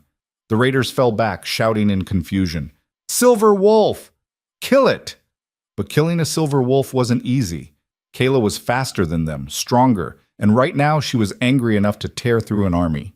She moved through them like a storm, claws ripping through armor, teeth finding throats. Draven saw her. Their eyes met across the battlefield. He nodded once, then turned back to his own fight. They worked in tandem, without speaking. Draven held the center, his sword a blur. Kayla circled the edges, cutting down anyone who tried to flank him. Slowly, impossibly, they started to push the raiders back, but then a horn sounded. 3 long blasts. The raiders retreated suddenly, pulling back through the broken gate. Within seconds, they were gone, vanishing into the darkness beyond the walls. The citadel guards started to cheer, but Draven held up a hand. Hold, he shouted. This isn't over. Seal the gate. Get the wounded to the healers. I want patrols on every wall. An explosion rocked the western side of the citadel. Kayla shifted back to human form, naked and gasping. Someone threw a cloak over her. It's a diversion, Draven said, his voice tight. They wanted us focused here while they... Another explosion. This one, from the north. They're hitting us from all sides, one of the commanders said, panic creeping into his voice. Draven's jaw tightened. He looked at Kayla. Can you shift again? Yes. Then I need you on the western wall. Take whatever guards you can and hold it. What about you? I'll take the north. He grabbed her shoulders. Don't die. You either. He kissed her, hard and fast, then pulled away. Go. Kayla ran. Sat. The western wall was already overrun by the time she got there. Raiders poured through a massive hole in the fortifications and the guards were falling back, overwhelmed. Kayla shifted mid-stride and hit the raiders like a battering ram. She fought with everything she had. No strategy, no finesse, just raw fury and desperation. Her claws tore through flesh. Her teeth found necks. Blood sprayed hot across her fur. But there were so many. A blade caught her shoulder. Pain exploded through her. She yelped, stumbling, and a raider raised his axe. An arrow took him through the throat. Kayla looked up to see Mira on a nearby tower, holding a bow with shaking hands. I told you to stay in your room, Kayla wanted to shout, but it came out as a growl. Mira knocked another arrow. And I never listen. She fired again, taking down a raider who was about to stab a fallen guard. Kayla didn't have time to argue. She threw herself back into the fight. Around her, the guards started to rally. Seeing the silver wolf, seeing their future queen fighting beside them, seemed to light something in them. They pushed harder, fought fiercer. And slowly, incredibly, the tide began to turn. A raider captain stepped forward, bigger than the others, wearing spiked armor and wielding a massive warhammer. I'll take the beast, he growled. The rest of you, finish the guards. He swung the hammer. Kayla dodged, but barely. The weapon crashed into the stone where she'd been standing, leaving a crater. She circled him, looking for an opening. He swung again. She ducked under it and lunged for his legs. Her teeth closed around his knee and she bit down hard. The captain roared, bringing the hammer down on her back. Pain exploded through her spine. Her vision went white. She lost her grip, stumbling backward. The captain limped forward, raising the hammer for a killing blow. Mira's arrow caught him in the eye. He dropped. Kayla shifted back, gasping, her back screaming in agony. Kayla! Mira was suddenly there, helping her up. Can you move? I have to, because the raiders weren't done. They were regrouping, preparing for another assault. Kayla looked at the guards, exhausted, wounded, barely holding together. They couldn't win this by fighting. They needed something else. An idea formed. Desperate, insane. Mira, Kayla said, how many arrows do you have left? Maybe 10? I need you to light them on fire. Mira's eyes widened. What?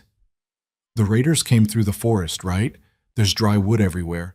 If we set it ablaze, we'll trap them between the fire and the walls. Exactly. Mira looked at the forest beyond the breach. That's going to spread fast. It could reach the citadel. Then we put it out after, but right now we need to stop them. Kayla grabbed her sister's shoulders. Can you do it? Mira swallowed hard, then nodded. Yes. It took precious minutes to prepare. The guards brought torches. Mira wrapped cloth around her arrows and dipped them in oil. The raiders were advancing again, shouting war cries, raising weapons. Now! Kayla shouted. Mira fired. The first arrow arced through the air and struck a tree.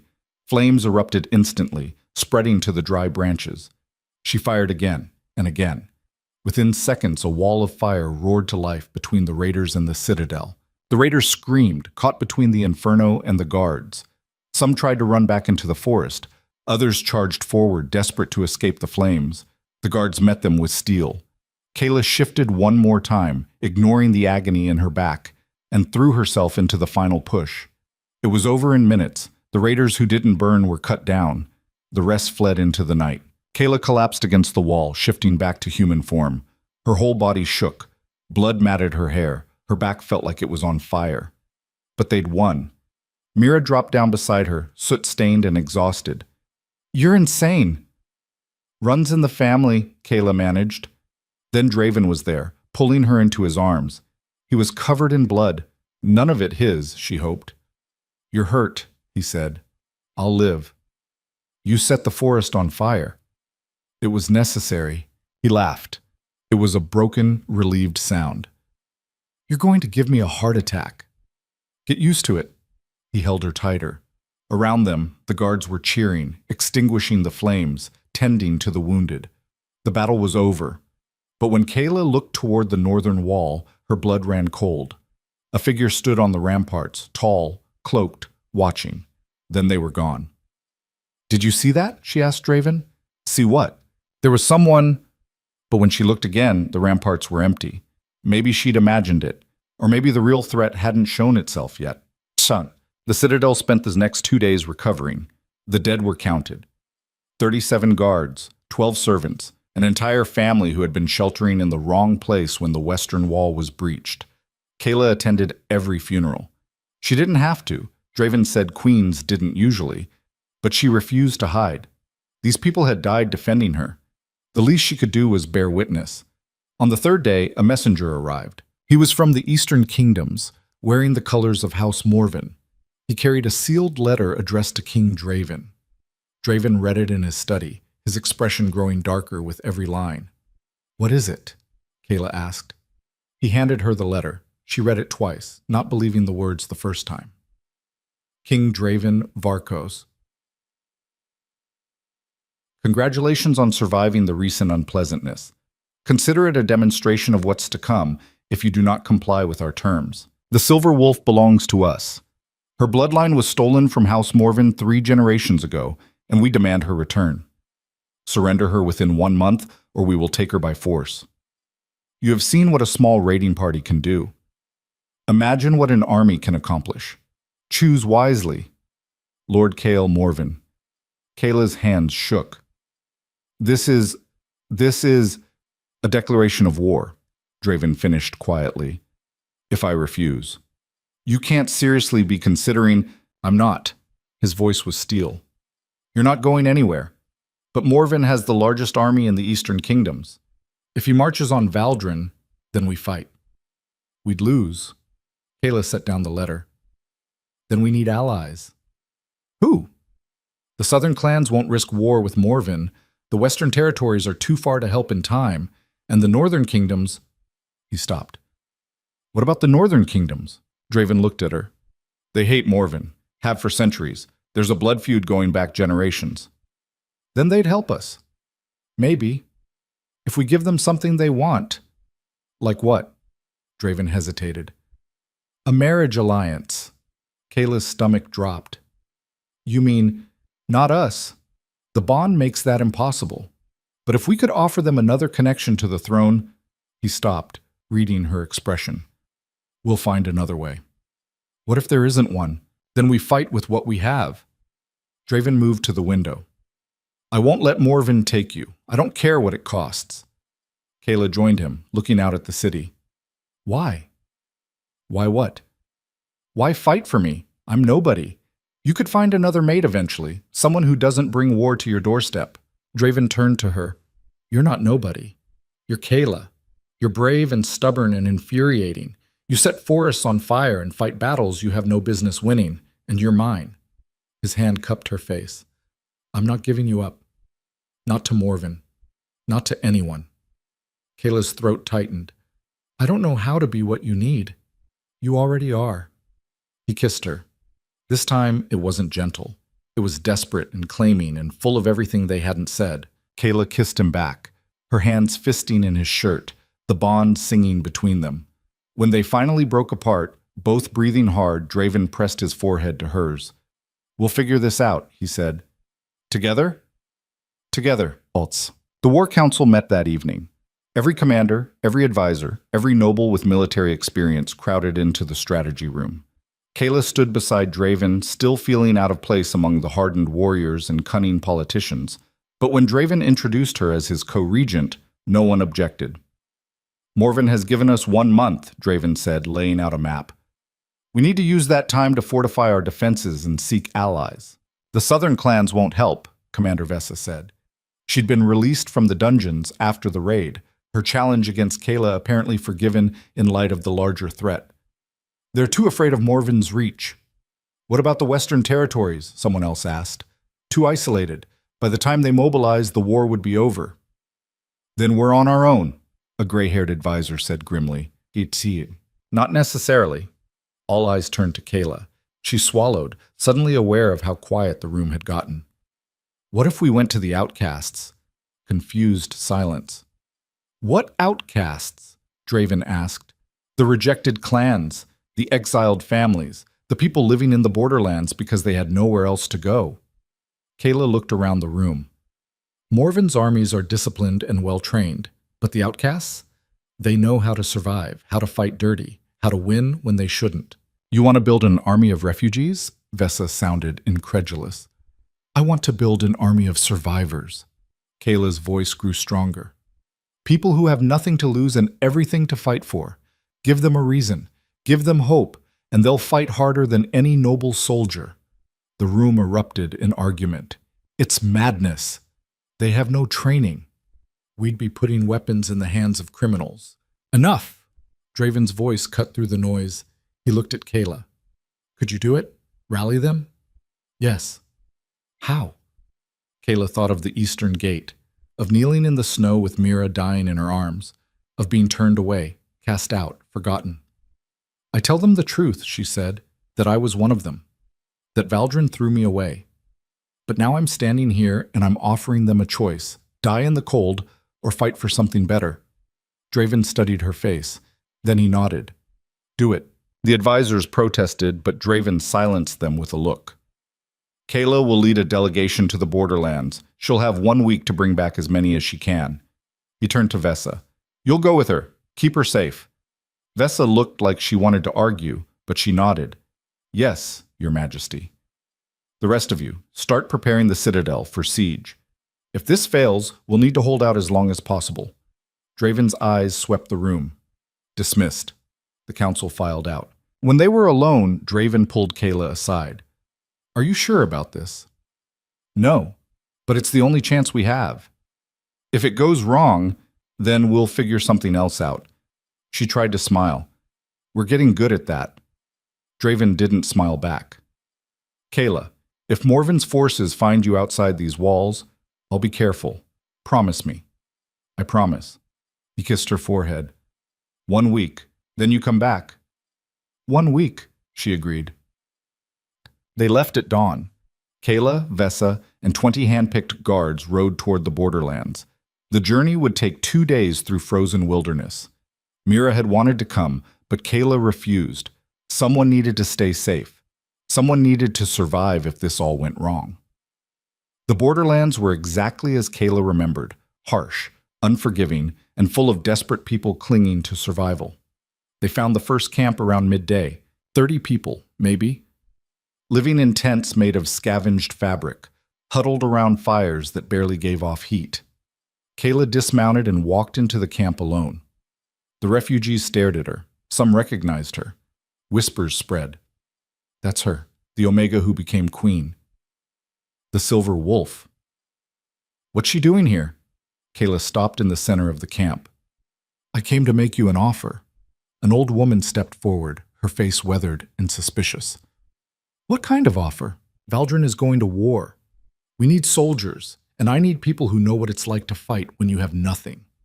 Kayla looked around at the gaunt faces, the hollow eyes. I'm offering you a choice. Come with me. Train. Fight. And if we win, you'll have a place in Valdrin, a real place, not as outcasts, but as citizens. And if we lose, someone called out, then we die together. Kayla's voice was steady. But at least we'll die fighting, not freezing, not starving. Fighting. Silence. Then the old woman laughed. It was a harsh, bitter sound. You think we're stupid enough to die for a kingdom that threw us out? No, I think you're smart enough to see an opportunity when it's offered. Kayla met her eyes. I was you. 6 days ago, I was kneeling in the snow outside the eastern gate, begging to be let in. They turned me away, and if things had gone differently, I'd be dead right now. But you're not, the woman said. No. I fought. I survived. And now I'm here, offering you the same chance I got. Kayla's voice dropped. I know you don't trust me. I know you don't owe Valdrin anything, but this isn't about Valdrin. This is about proving that we matter, that people like us don't just survive, we win. The old woman studied her for a long time, then she nodded. I'll go. Slowly, others stepped forward. Not all of them, but enough. By the time they left the camp, Kayla had recruited 15 people. It wasn't much, but it was a start. Over the next 5 days, they visited 12 more camps. Some refused outright. Some attacked them, thinking it was a trap. But at each one, a few more joined. By the end of the week, Kayla had nearly 200. They were ragged, untrained, and half-starved. But they were willing. On the journey back to the Citadel, Vesa rode beside her. "I underestimated you," the commander said quietly. Kayla glanced at her. "Is that an apology?" "It's an observation." Vesa paused. "When I challenged you, I thought you were weak. Just another Omega playing at power. And now? Now I think you're the most dangerous person I've ever met." Vesa's lips quirked. "And I'm glad you're on our side." Kayla didn't know what to say to that. They rode in silence for a while. Then Vesa spoke again. "They're going to follow you, you know, not Draven. You." "I don't want that. Doesn't matter. You're already their symbol. The Omega who became a queen, the outcast who came back." Vesa looked at her. "That's more powerful than any crown." Kayla thought about that as the Citadel came into view. Maybe Vesa was right. Maybe this was never about proving herself to the court. Maybe it was about proving to people like her, the forgotten, the rejected, that they could be more. When they reached the gates, Draven was waiting. He took one look at the crowd behind Kayla, and his eyes widened. "You did it," he said. "We did it." Kayla dismounted, her legs shaking with exhaustion. "They're ready to fight." Draven pulled her into his arms. "I knew you would." Behind them, the refugees, no, the soldiers, marched through the gates. For the first time in days, Kayla felt something like hope. But as the gates closed behind them, she saw movement in the tree line, figures watching, waiting. And she knew the real war hadn't even started yet. The figures in the tree line didn't move. Kayla watched them from atop the wall, her breath misting in the cold air. Behind her, the Citadel buzzed with activity, the new recruits being fed, housed, armed. Draven's commanders were already organizing them into units, teaching them formations they'd never learned. But Kayla couldn't look away from the trees. "How many do you think?" Vesa asked beside her. "Scouts. Maybe a dozen." Kayla's eyes narrowed. "They're watching our numbers, our defenses." "Morven's forces? Who else?" Vesa's hand went to her sword. "We could send a patrol, drive them off." "No, let them watch." Kayla turned away from the wall. "Let them see what we're building. Let them report back that Valdrin isn't afraid." Vesa smiled grimly. "You're learning." "I had good teachers." They descended the wall together. The courtyard was full of activity. Smiths hammering weapons, healers stockpiling supplies, builders reinforcing weak points in the fortifications. And in the center of it all, the recruits from the borderlands drilled with wooden swords, their movements clumsy but determined. Kayla watched a young man, barely 18, get knocked down for the third time. He got back up, jaw set, and raised his practice blade again. That's what they all had, that refusal to stay down. It reminded her of herself. "Kayla," Draven's voice cut through her thoughts. He approached from the main hall, a rolled parchment in his hand. His expression was dark. "What is it?" He handed her the parchment. "Another message, from Morven." Kayla unrolled it, scanning the words. 3 weeks remain. I trust you are preparing your goodbyes. When my army arrives, there will be no mercy for those who shelter stolen property. However, I am not unreasonable. Surrender the Silver Wolf before the deadline, and I will spare your city. Your people need not die for your stubbornness. The choice is yours. Kayla crumpled the parchment. He's trying to turn them against me.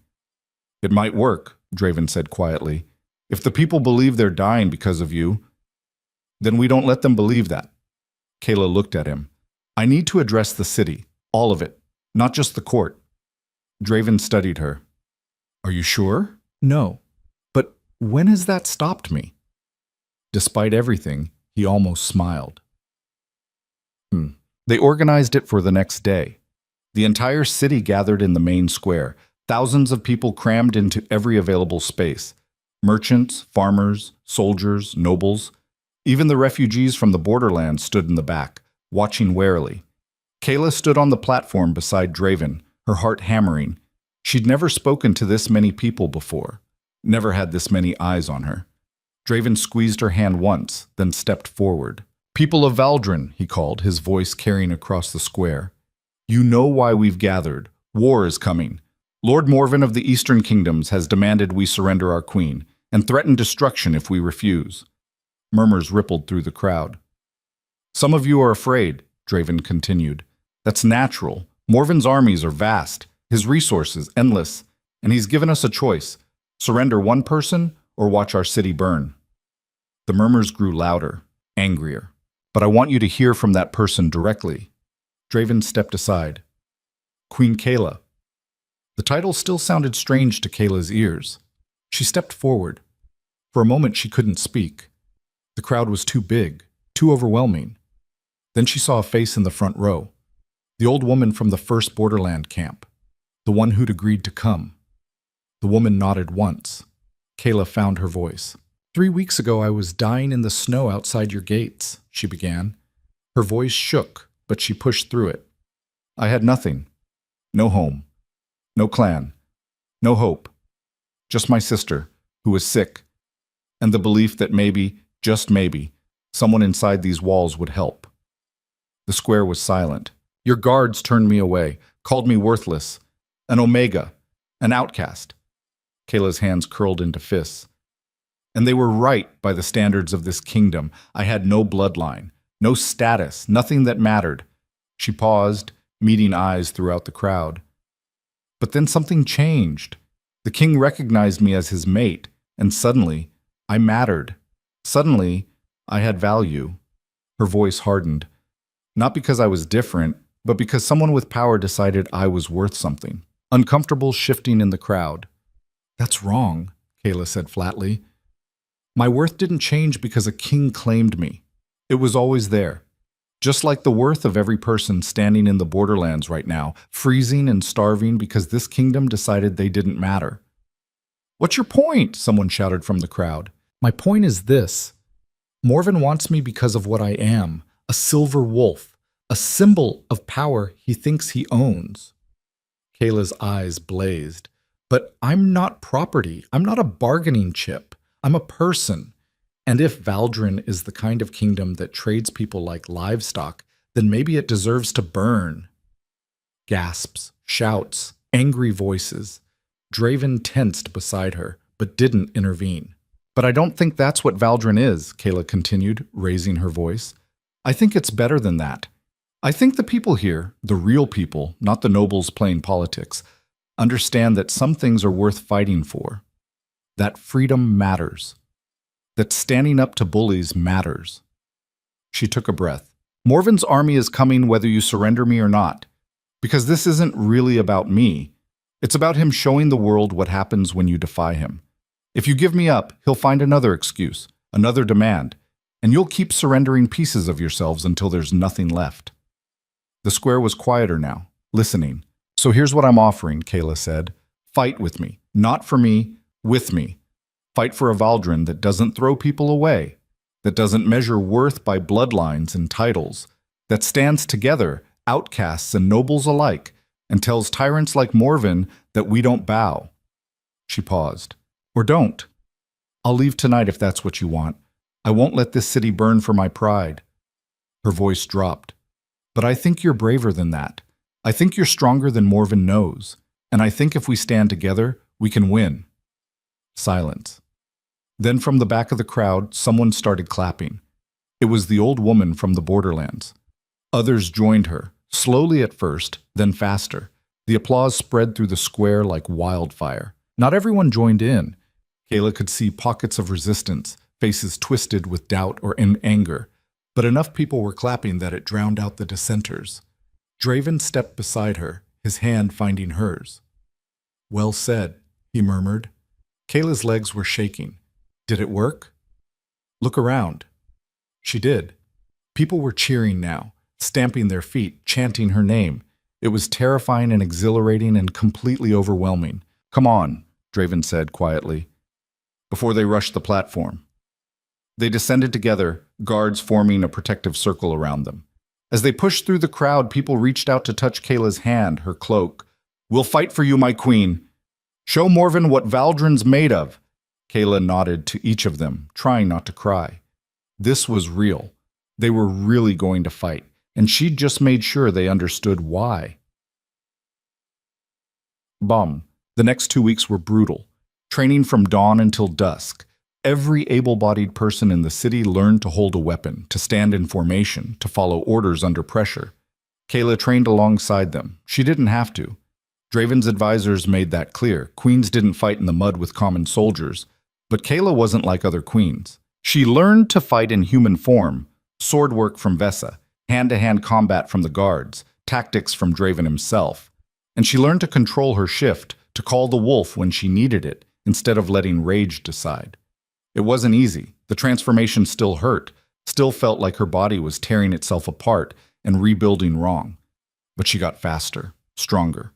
By the end of the second week, she could shift in under 3 seconds. "You're a natural," Vesa said, watching Kayla demolish a practice dummy in wolf form. "Most shifters take years to achieve that kind of control." Kayla shifted back, panting. "I don't have years." "No, you don't." Vesa handed her a water skin. "Morven's scouts are getting closer. We spotted them within a mile of the eastern wall yesterday." "How long until the main force arrives?" 3 days. Maybe 4. Kayla drank deeply, her mind racing. "Are we ready?" "As ready as we'll ever be." Vesa's expression was grim. "But Kayla, you need to understand. We're outnumbered 3-1, maybe worse. Training and determination can only compensate for so much." "I know." "Do you?" Vesa stepped closer. "Because when that army shows up, a lot of people are going to die. People who believed in you, who followed you." "I know," Kayla repeated, more forcefully. "You think I don't carry that? Every face I see in the training yard, I wonder if they'll survive. And if they don't? Then I'll remember them." Kayla's voice was steel. "And I'll make sure Morven regrets ever coming here." Vesa studied her for a long moment. Then she nodded. "Good. Because that's what they need to hear. Not a queen who's afraid, a queen who's ready to burn the world down if it threatens her people." She walked away. Kayla stood in the training yard, watching the sun set over the citadel walls. 3 days. She had 3 days to prepare for the fight of her life. Morven's army arrived on the morning of the 4th day. The sentries spotted them at dawn, a black mass moving across the frozen plains like a stain spreading across snow. Kayla stood on the eastern wall, watching them come. There were thousands, tens of thousands. Their banners snapped in the wind, crimson wolves on black fields. "That's a lot of soldiers," Mira said quietly beside her. "Yeah." "Are we going to die?" Kayla looked at her sister. Mira had insisted on staying in the citadel, on fighting if it came to that. Kayla had tried to send her away, but Mira was as stubborn as she was. "Probably," Kayla said honestly. "Oh. But we're going to take a lot of them with us." Mira almost smiled. "That's comforting." "I try." Draven joined them on the wall, his armor gleaming in the weak sunlight. "They're setting up camp, half a mile out." "That'd be smart," Kayla said. "Out of arrow range, but close enough to intimidate us." "It's working," someone muttered behind them. Kayla turned to see Commander Vesa approaching, her expression tight. "A rider just came in under white flag," Vesa said. "Morven wants to parley." "Of course he does," Draven said. "He wants to see if we'll surrender before he has to commit to a siege." "Will you meet with him?" Kayla asked. "We will," Draven corrected. "Both of us." "Is that wise?" Vesa asked. "If he takes you both hostage—" "He won't." Draven's voice was confident. "Morven's a lot of things, but he's not stupid. Breaking parley would turn every kingdom in the realm against him. He won't risk that." "Then we go," Kayla said. An hour later, they rode out to meet him. Kayla, Draven, and a guard of 20 soldiers rode across the snow to where Morven's camp had been erected. Massive tents in black and crimson dominated the landscape. Soldiers watched them pass, silent and menacing. In the center of the camp, a pavilion had been set up. Lord Kael Morven waited inside. He was younger than Kayla expected. Maybe 40, with silver streaking his dark hair and eyes like chips of ice. He wore fine armor etched with gold, and a smile that made Kayla's skin crawl. "King Draven," he said pleasantly, "how good of you to come." "Lord Morven." Draven's tone was neutral. "You wanted to talk, so talk." Morven's eyes slid to Kayla. "And you brought my property. How considerate." "I'm not your property," Kayla said evenly. "No?" Morven stepped closer. "Your great-grandmother was a Morven. Did you know that?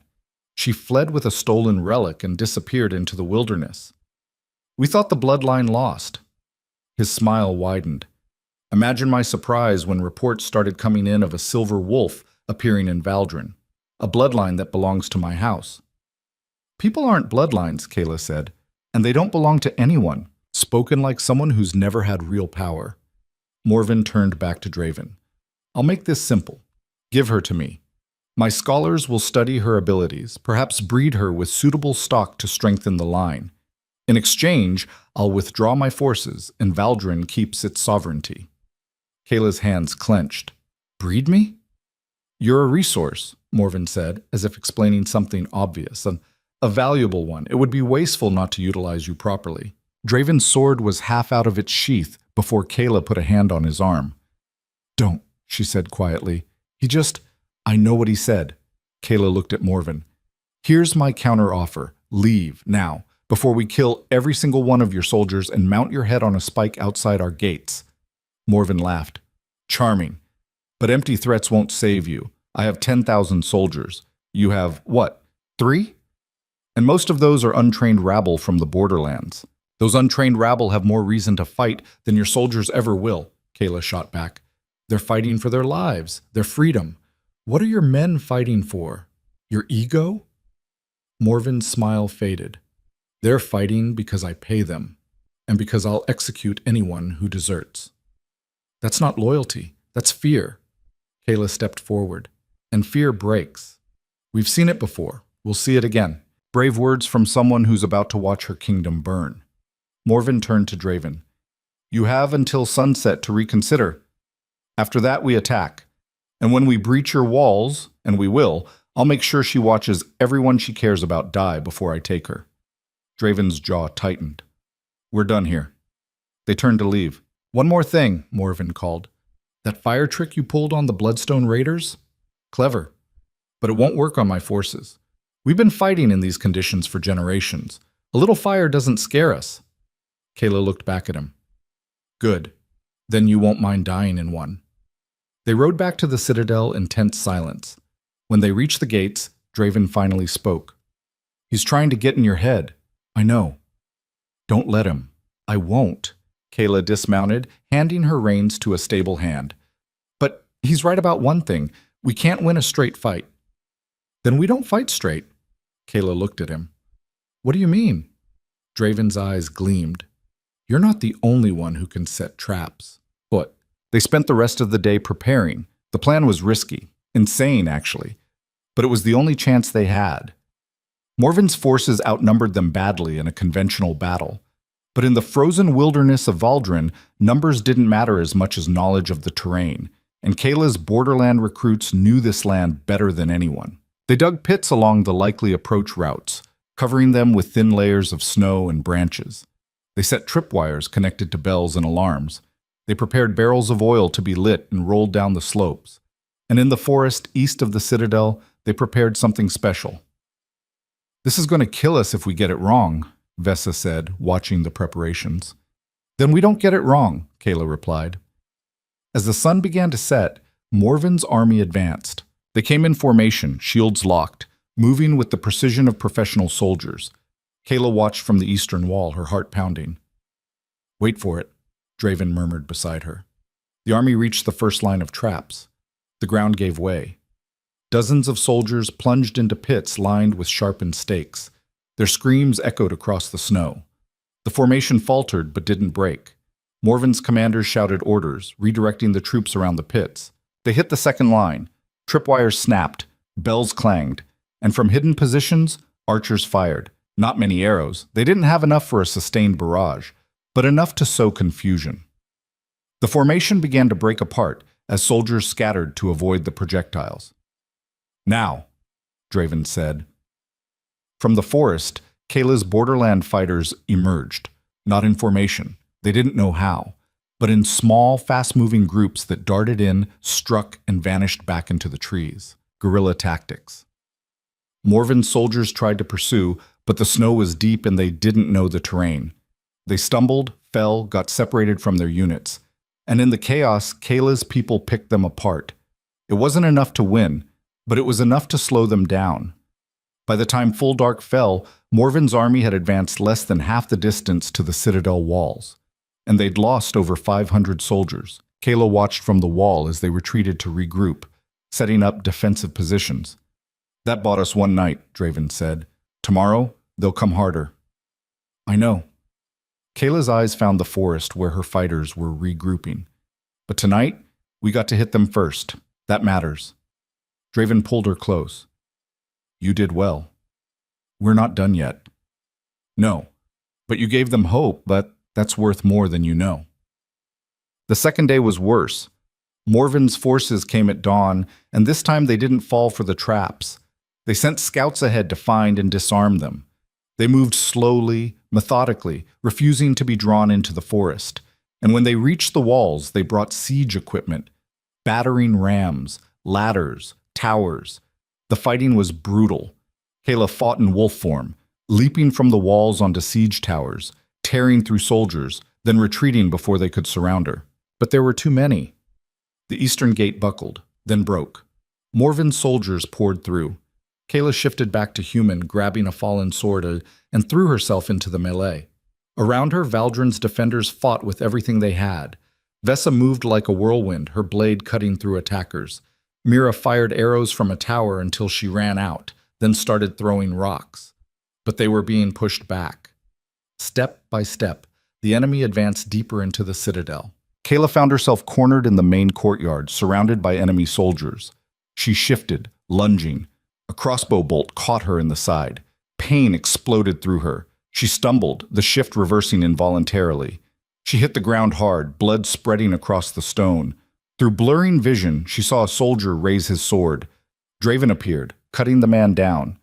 He dropped to his knees beside her. "Kayla." "I'm fine," she gasped, even though she wasn't. "You're hit." "I know." She gritted her teeth, forcing herself to sit up.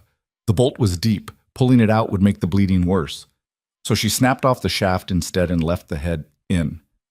Draven's eyes widened. "What are you—" "No time." Kayla stood, swaying. The world tilted, but she stayed upright. "We need to fall back to the inner citadel." "We'll be trapped."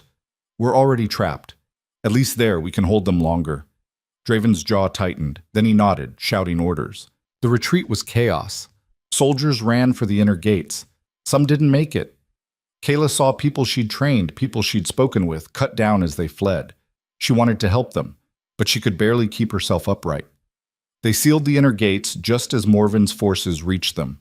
Inside, less than 1,000 defenders remained, maybe half of what they'd started with. Kayla leaned against a wall, breathing hard. Blood soaked her side. Mira was there suddenly, pressing cloth against the wound. "You're hurt." "I'm fine." "You're bleeding everywhere." "I'll heal." Kayla looked around at the survivors, exhausted, wounded, terrified. They'd lost. They all knew it. Morven's voice rang out from beyond the gates. "Last chance, Draven. Send out the wolf, and I'll spare whoever's left inside." Draven's hand found Kayla's. "Don't even think about it." "I could end this." "No." "Draven," I said no. His eyes were fierce. "We stand together. Or we fall together. That's final." Kayla wanted to argue, but the look in his eyes stopped her. She nodded. Draven turned to face his people. "They want us to give up, to surrender, to trade one life for the illusion of mercy." Silence. "But we don't surrender," Draven continued. "We don't bow to tyrants. We don't—" "Wait!" Kayla's eyes widened. "I have an idea." Everyone looked at her. "It's insane," she said. "And it probably won't work, but if it does—" "Tell me," Draven said. Kayla took a breath. "Morven thinks I'm valuable, that I'm some kind of prize." "Yes." "So what if I give him what he wants?" "Kayla, not really," she interrupted, "but make him think I am. Draw him in close. And when he's vulnerable, she looked at Draven. We kill him. Silence. That's suicide, Vesa said flatly. Maybe, but if Morven dies, his army falls apart. They're only here because he's paying them. Without him, they have no reason to fight. And how exactly do you plan to get close enough to kill him? Vesa demanded. I walk out there and surrender. He'll want to gloat, to prove he won. That's when we strike. He'll have guards. Then we kill them too. Kayla met Vesa's eyes. Do you have a better plan? No one answered. Draven was silent for a long moment. Then he spoke, his voice rough. I'm going with you. No. Yes. His tone left no room for argument. You're not doing this alone. Kayla wanted to protest, but she saw the determination in his face. Fine, she said, but we do it my way. They waited until nightfall.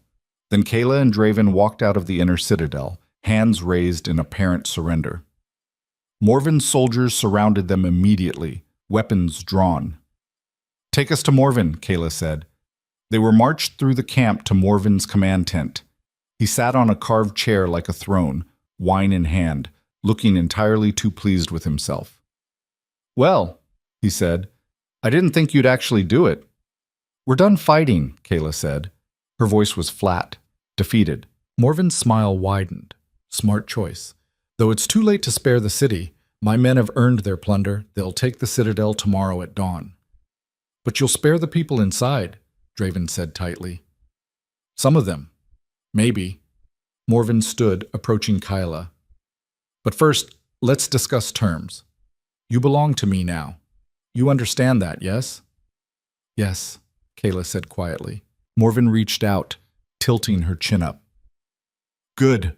I'm going to enjoy breaking that defiant spirit of yours. It'll be entertaining to watch you. Kayla's hand shot up, a hidden dagger appearing from her sleeve. She drove it into Morven's throat. His eyes went wide. Blood spurted. Chaos erupted. Draven's sword was already out, cutting through the guards who rushed them. Kayla pulled the dagger free and stabbed again, this time catching a soldier who'd lunged at her. The wound in her side screamed. She ignored it. Morven collapsed, choking on his own blood. Kill them, someone shouted. More guards poured into the tent. This was the part where the plan fell apart. Kayla and Draven fought back to back, but there were too many. Blades cut at them from all sides. Kayla felt steel bite into her arm, her leg. She was going to die here. They both were. Then a horn sounded, not from Morven's camp, from the forest. Kayla's borderland fighters surged out of the trees, screaming war cries. They'd been waiting, hidden, for the signal. Morven's forces, leaderless and confused, tried to organize a defense. It didn't work. The camp descended into chaos. Soldiers fought soldiers in the dark, not knowing who was enemy and who was ally. Fires broke out. Tents collapsed. And in the center of it all, Kayla and Draven cut their way free. By the time the sun rose, Morven's army was scattered. Some fled into the wilderness. Others surrendered. A few hundred regrouped and tried to mount a counterattack, but Valdrin's forces, bolstered by the borderland fighters, crushed them. It was over. Kayla stood in the ruins of Morven's camp, covered in blood, barely able to stand. Draven caught her as her legs gave out. You did it, he said, his voice hoarse. You crazy, brilliant woman. You did it. Kayla tried to respond, but the world was spinning. The last thing she saw before darkness took her was Mira's face, tears streaming down her cheeks. And she thought, we won.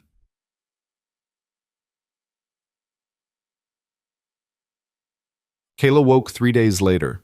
She was in the healer's wing, bandaged and bruised and feeling like she'd been trampled by a herd of horses. Mira sat beside her bed, asleep in a chair. Kayla tried to sit up. Pain shot through every part of her body, and she gasped. Mira jerked awake. Kayla! Hey, Kayla croaked. Mira burst into tears, grabbing her hand. You idiot! You stupid, reckless idiot! I'm fine. You almost died. Again. Mira wiped her eyes furiously. The healer said if the blade had gone half an inch deeper, but it didn't. Kayla squeezed her sister's hand. I'm okay. You're not okay. Mira stopped, taking a shaky breath. But you're alive. That's what matters. Footsteps approached. Draven entered, looking exhausted but whole. "You're awake," he said, relief flooding his face. "Apparently." Kayla's voice was rough. "What did I miss?" Morven's army scattered. The survivors have been sent back to the Eastern Kingdoms with a message. Valdrin is not to be threatened. Draven sat on the edge of her bed. "We lost over 600 people, but we won." Kayla closed her eyes. 600 lives. Gone because she'd existed. "Don't," Draven said quietly, reading her expression. "Don't carry that. They chose to fight. You gave them that choice. You didn't force anyone. Doesn't make it easier." "No, it doesn't." He took her hand. "But you honored them by making their sacrifice mean something. Valdrin is free. The borderlands are being integrated into the kingdom as full citizens. And you," he paused, "you're a legend now. The Omega who became a queen and destroyed an army."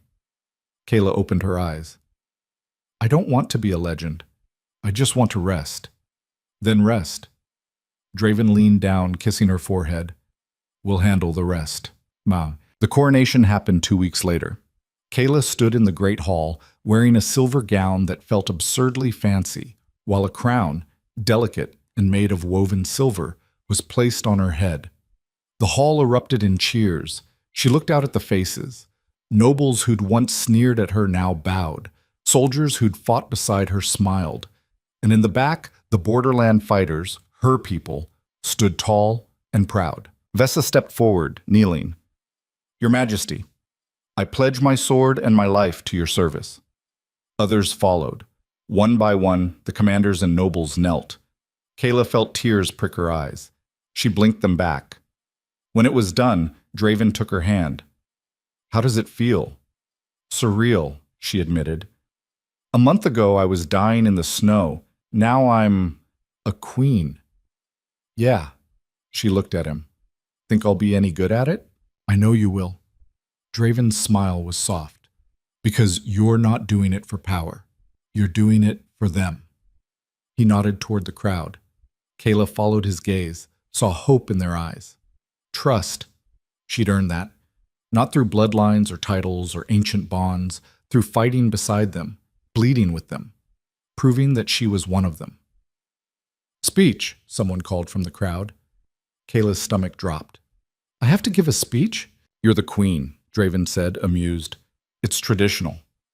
"I hate traditions." "I know." Kayla took a deep breath and stepped forward. The hall fell silent. "I don't have fancy words," she began.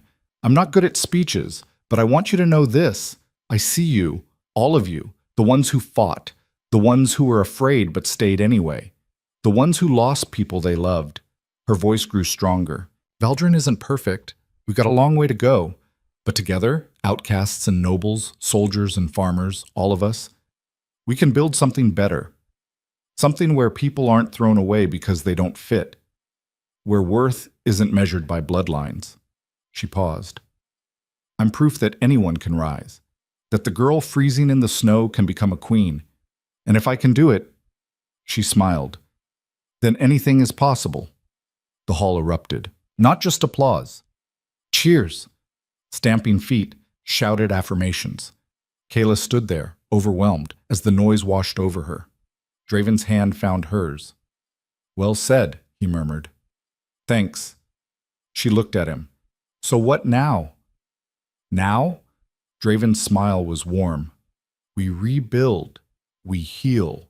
We live. Together? Together." 6 months later, Kayla stood on the eastern wall, watching the sun rise over Valdrin. The citadel had been rebuilt. The scars of war were fading, though not forgotten. Monuments had been erected for the fallen, their names carved in stone, a promise that they'd be remembered. Mira joined her on the wall, carrying 2 mugs of tea. "Thought you could use this," she said, handing one over. "Thanks." Kayla sipped gratefully. "Can't sleep?" "Not really. You?" "Same." They stood in comfortable silence, watching the city wake up. "Do you ever regret it?" Mira asked quietly. "Staying? Fighting?" Kayla thought about it. No, it was hard. It hurt, but it was worth it. Even knowing what you know now, all the pain, the loss, even then, Kayla looked at her sister. We're alive, Mira. We're safe. We have a home. That's more than I ever thought we'd have. Mira smiled. Yeah, it is. Footsteps approached. Draven emerged from the stairwell, looking half asleep but determined. I should have known you'd both be up here, he said. Couldn't sleep, Kayla said. Neither could I. He moved to stand beside her, wrapping an arm around her waist. Too much on my mind. Anything I can help with? Maybe. He was quiet for a moment. The southern clans want to negotiate a trade agreement. The western territories are asking for military support against raiders, and there's a delegation from the northern kingdoms requesting an audience. Sounds like a lot. It is. He looked at her. Think you're ready for it? Kayla smiled. No, but I'll figure it out.